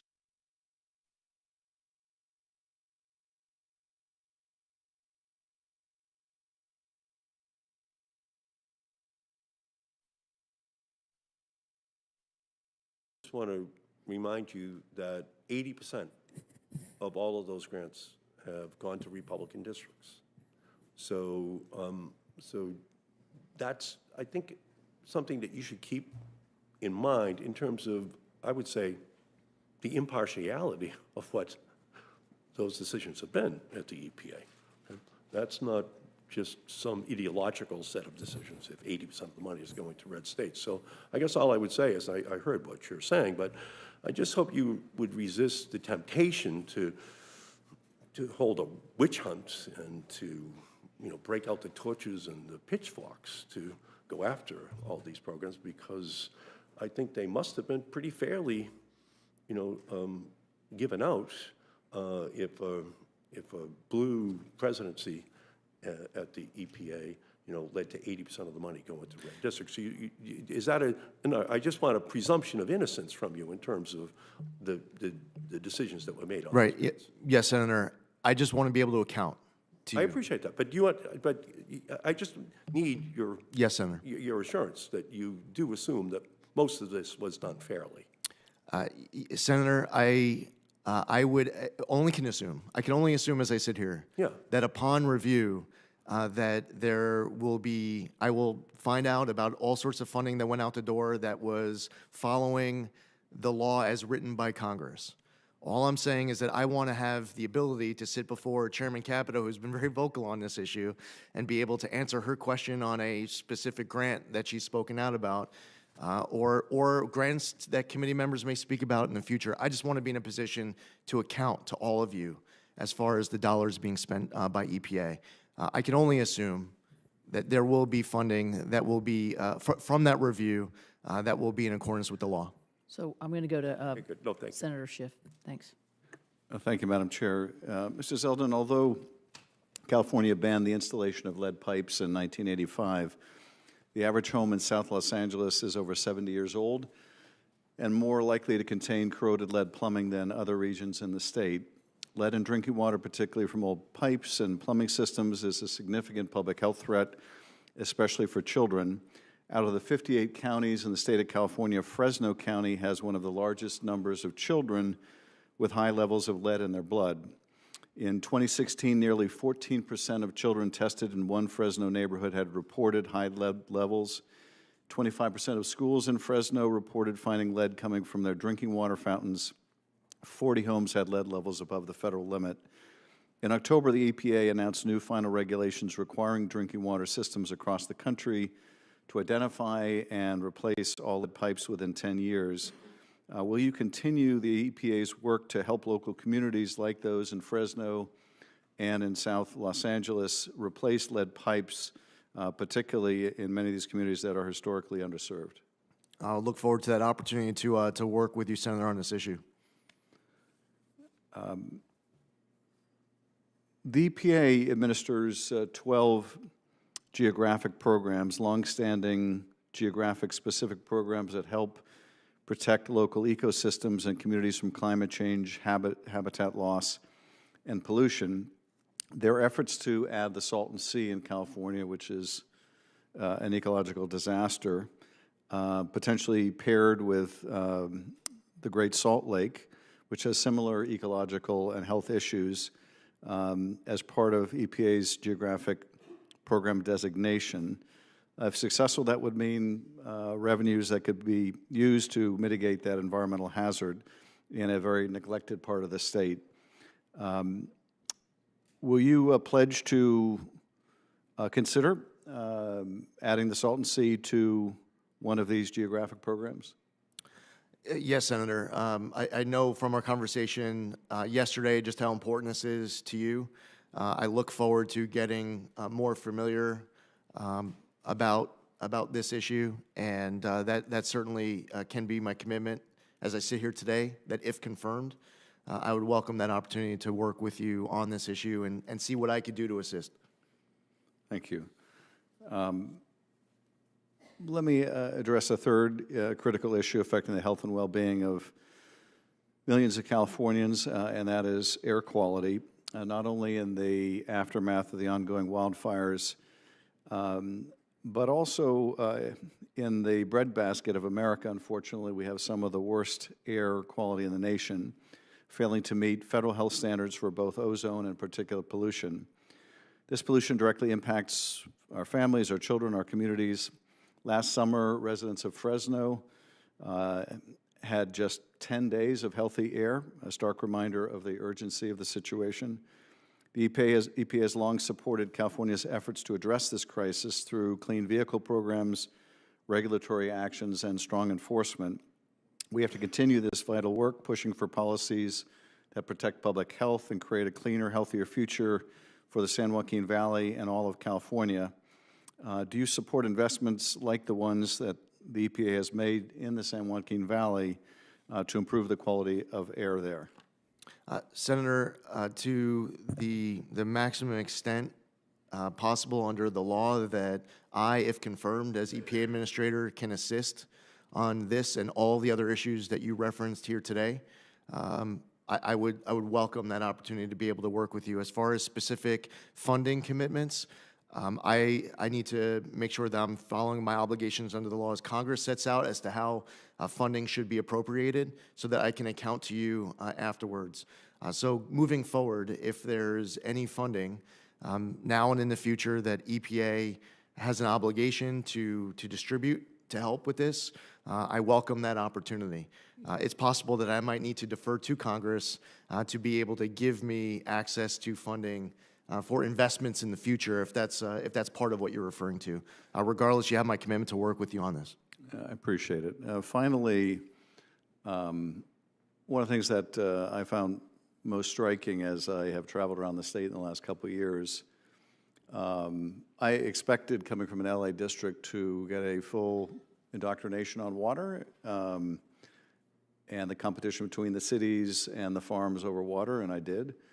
But what was more striking to me was just how many tens of thousands, if not hundreds of thousands of people in places like the Central Valley can't drink their own water. And here I'm not talking about lead, although lead is a problem there. But the flooding of dairy waste ponds into water wells, the depletion of the aquifers resulting in manganese. There are just thousands of people told you can't drink your water, you can't bathe in your water. A lot of these communities don't have the resources to address it, and I would, if confirmed, I would want to work with you to do everything we can to make sure that everyone in the state of California, and indeed the country, has access to good, clean drinking water. Yes, Senator, this is extremely important. No American should feel like a story they might hear about, read about of poverty in Iraq or Afghanistan. No American should feel like they're living in some third world country or some war-torn country. Every American should be able to access clean water, potable water, and that's something that I look forward to doing my part, if confirmed, to be able to work with you and everyone on the committee to ensure that we are delivering as a nation. Thank you, Madam Chair. Thank you. Well, I am going to bring this down to a close here. My office has received numerous letters of support of Congressman Zeldin's nomination as EPA Administrator, with more continuing to arrive. The sources of these letters demonstrate the wide-ranging support of Congressman Zeldin's nomination, so I would ask unanimous consent to enter these 27 letters into the record for all to see. All right, we're unanimous. So I would like to thank you, Congressman Zeldin. I'd also make just several quick observations. It's obvious to me in the testimony and the questions that you took a lot of time and effort through you and your and the folks that were helping you to make sure that every member had access to you and had a conversation with you before you actually testified before the committee. I think that was definitely reflected in the tone and the substance that we saw here today. So I appreciate that. I know it's time-consuming and difficult sometimes to get on everybody's schedule, but I think you did a magnificent job here. And so without further questions, I would like to thank you and thank your family for being here and for your participation. Senators who wish to submit without written questions for the record have until 5 p.m. Tomorrow, Friday, January 17th, to do so. The nominees' responses to those questions for the record are due back to the committee no later than 9 a.m. on Tuesday, day after inauguration, January 21st. With that, I do look very much forward to helping to shepherd you. I think you've done an excellent job here today. You will be an excellent administrator to the EPA, and I fully expect that your confirmation will be very positive. Thank you very much, and everybody enjoy the day. Thank you. Thank you, Chair.